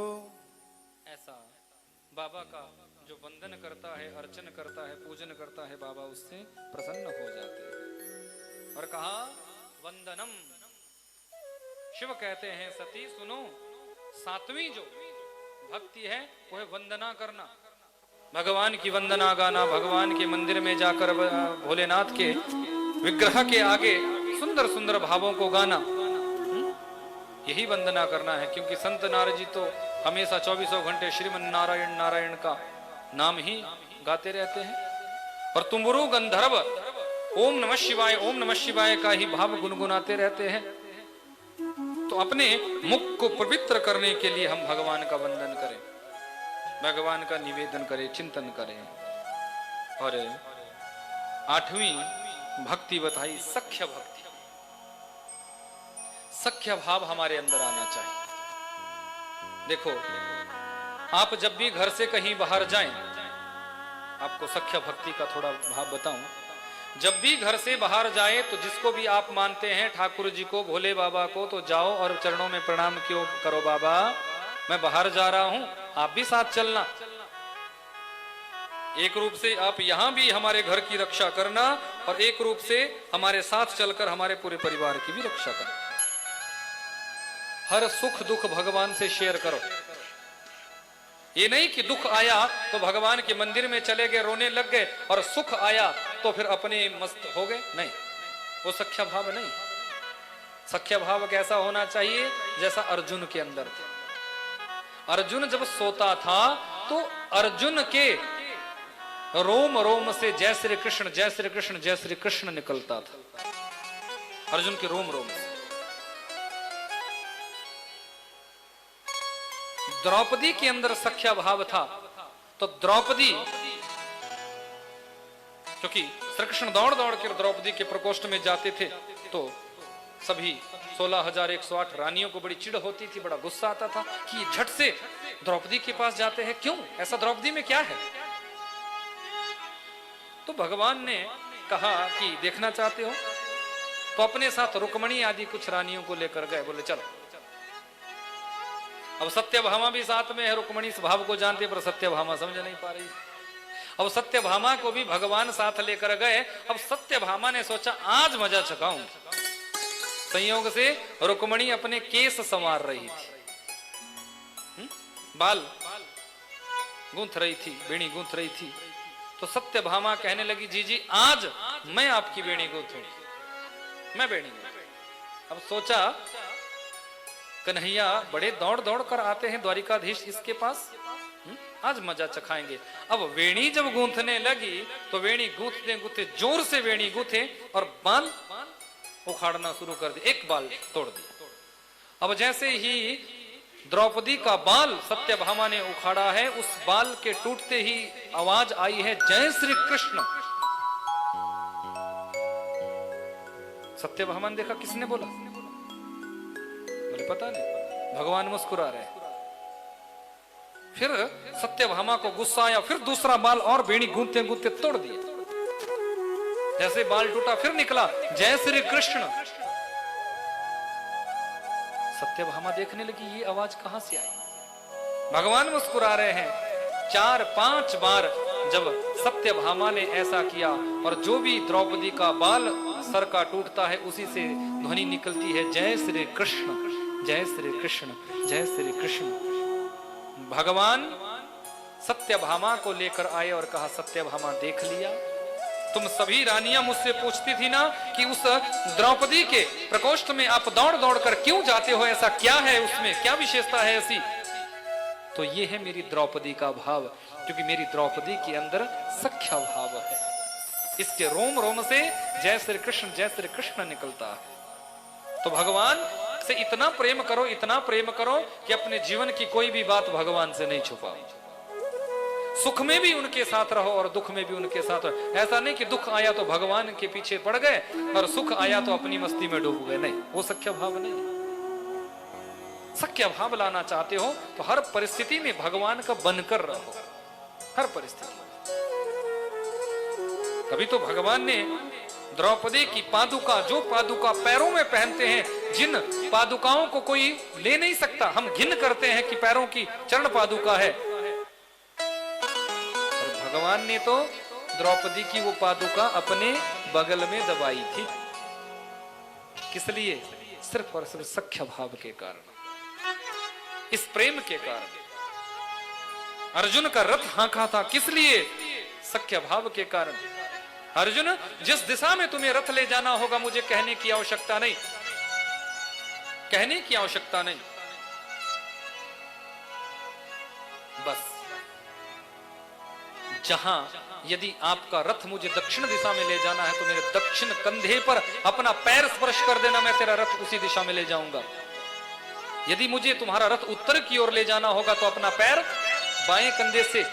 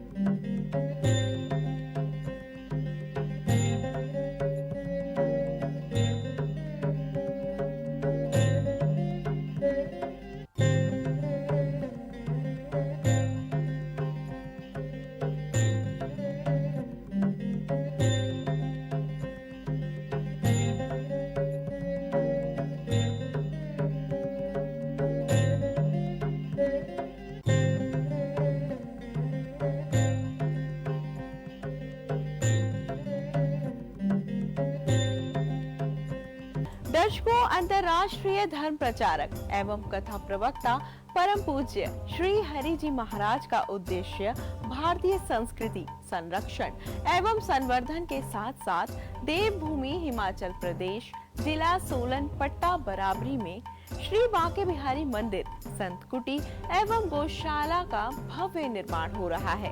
अतः आप लोग भी महाराज श्री के इस अभियान से जुड़कर मंदिर आश्रम निर्माण, संत कुटी एवं गौशाला हेतु भूमिदान निर्माण सामग्री का सहयोग कर पुण्य लाभ अर्जित करें। आपके द्वारा लेश मात्र का सहयोग सनातन धर्म के रक्षार्थ हेतु अमृत तुल्य है। 1 गज भूमिदान हेतु 2100 रुपए, 7 गज भूमिदान के आगे जाओ, दोनों हाथ उठाकर समर्पण भाव में प्रणाम करो। दोनों हाथ उठाकर समर्पित भाव से कि मेरा मुझ में कुछ है ही नहीं, जो कुछ है सो तेरा है। समर्पण भाव जब हमारे अंदर जगेगा तो अवश्य ही भगवान हमारा कल्याण करते हैं। एक शिव पुराण में बड़ी सुंदर कथा आती है। एक शिकारी था जो कोई मंत्र नहीं जानता था, कोई पूजा पाठ की पद्धति नहीं जानता। जंगली जीवों को मारना उसका धर्म था। जंगली जीवों को मारकर अपने परिवार का भरण पोषण करता था। जंगल में शिव मंदिर था। एक दिन शिव मंदिर में पहुंचा, किसी ब्राह्मण को वहां पूजा करते हुए देखा। इसका मन भी बना कि मैं भी पूजा करूं। अब मरे हुए पशु की जो खाल है उसमें जल भरकर लाया है और बिल्व पत्र तोड़कर, पुष्प तोड़कर भगवान शंकर जी के शिवलिंग पर अर्पण करता है और उसी खाल से भगवान शंकर जी पर जल अर्पण करता है। अब देखो, प्रसाद के रूप में जो मृत जीवों का मांस था, उस मांस के टुकड़े ही शंकर जी पर चढ़ा। अगले दिन पुजारी आया। पुजारी ने जब देखा मांस के टुकड़े शिव पिंडी पर पड़े हुए हैं तो बड़ा बुरा लगा। गंगा जल से पवित्रीकरण करके, जल से धोकर सारे मंदिर को पवित्र किया। ये कौन दुष्ट पापी ऐसा करके गया? अगले दिन फिर पुजारी आता था। रोज पुजारी आता था, पर रोज शिकारी भी आने लगा। उसका भी रोज का नियम बन गया। अब पुजारी आए तो जब मांस के टुकड़े बिखरे देखे तो बड़ा कष्ट हो गए, बड़ा कष्ट हो गए। भगवान ने इसकी परीक्षा लेनी चाहिए, परीक्षा लेनी चाहिए। क्योंकि पुजारी को कहीं ना कहीं थोड़ा सा अभिमान था, अहंकार था कि मैं इतनी पूजा करता हूं और ये कोई पापी व्यक्ति आकर यहाँ शिव पिंडी को दूषित करके चला जाता है, शिव मंदिर को दूषित करके चला जाता है। आज पुजारी ने सोचा कि मुझे छुपकर देखना है कि वो पापी है कौन। अब वही मंदिर में बगल में एक खंबे की ओट में ये पुजारी छिपा। शिकारी रोज की भांति आया, अपने मुख में कुछ जल भरकर और उस खाल में जल भरकर लाया और वो शिव पिंडी पर डाल दिया। अब पुजारी उस शिकारी को देखकर डर गया है, कुछ बोल नहीं रहा है, बस देख रहा है। अब जैसे ही पूजन करने लगा, भगवान शंकर जी ने भी लीला का दर्शन कराया। भगवान शंकर जी ने अपने पिंडी से एक आंख को हटा लिया। जैसे ही शिव पिंडी से आंख हटी है, वो शिकारी सोचने लगा, अरे अभी अभी तो 2 थी जब मैं पूजन कर रहा था, अब एक कहां चली गई? कहने लगा, पर चिंता मत करो, मैं जानता हूं। बचपन में मैं अपने दादाजी से एक बात सीखी थी कि विष की औषधि विष होती है, कांटे को कांटे से निकाला जाता है। यदि आंख गायब हुई है तो आंख ही दूंगा, पर तुम्हारी 2 करूंगा, अपनी भले ही एक रह जाए। देखो, अपने तुणीर में से बाण निकाला और अपनी एक आंख को निकाला और जिस भाग से शिवपिंडी के जिस हिस्से से वो आंख गायब हुई थी वहीं पर आंख लगा दी है। वो पुजारी देख रहा है, आंख यथावत हो गई। भगवान शंकर जी ने और परीक्षा ली और दूसरी आंख भी अपनी अदृश्य कर दी। अब दूसरी तरफ की आंख अदृश्य कर दी। अब वो शिकारी कहने लगा, चिंता मत करो, अब तो मुझे उपाय मिल गया, अब तो विधि मिल गई, अब तो मुझे औषधि मिल गई।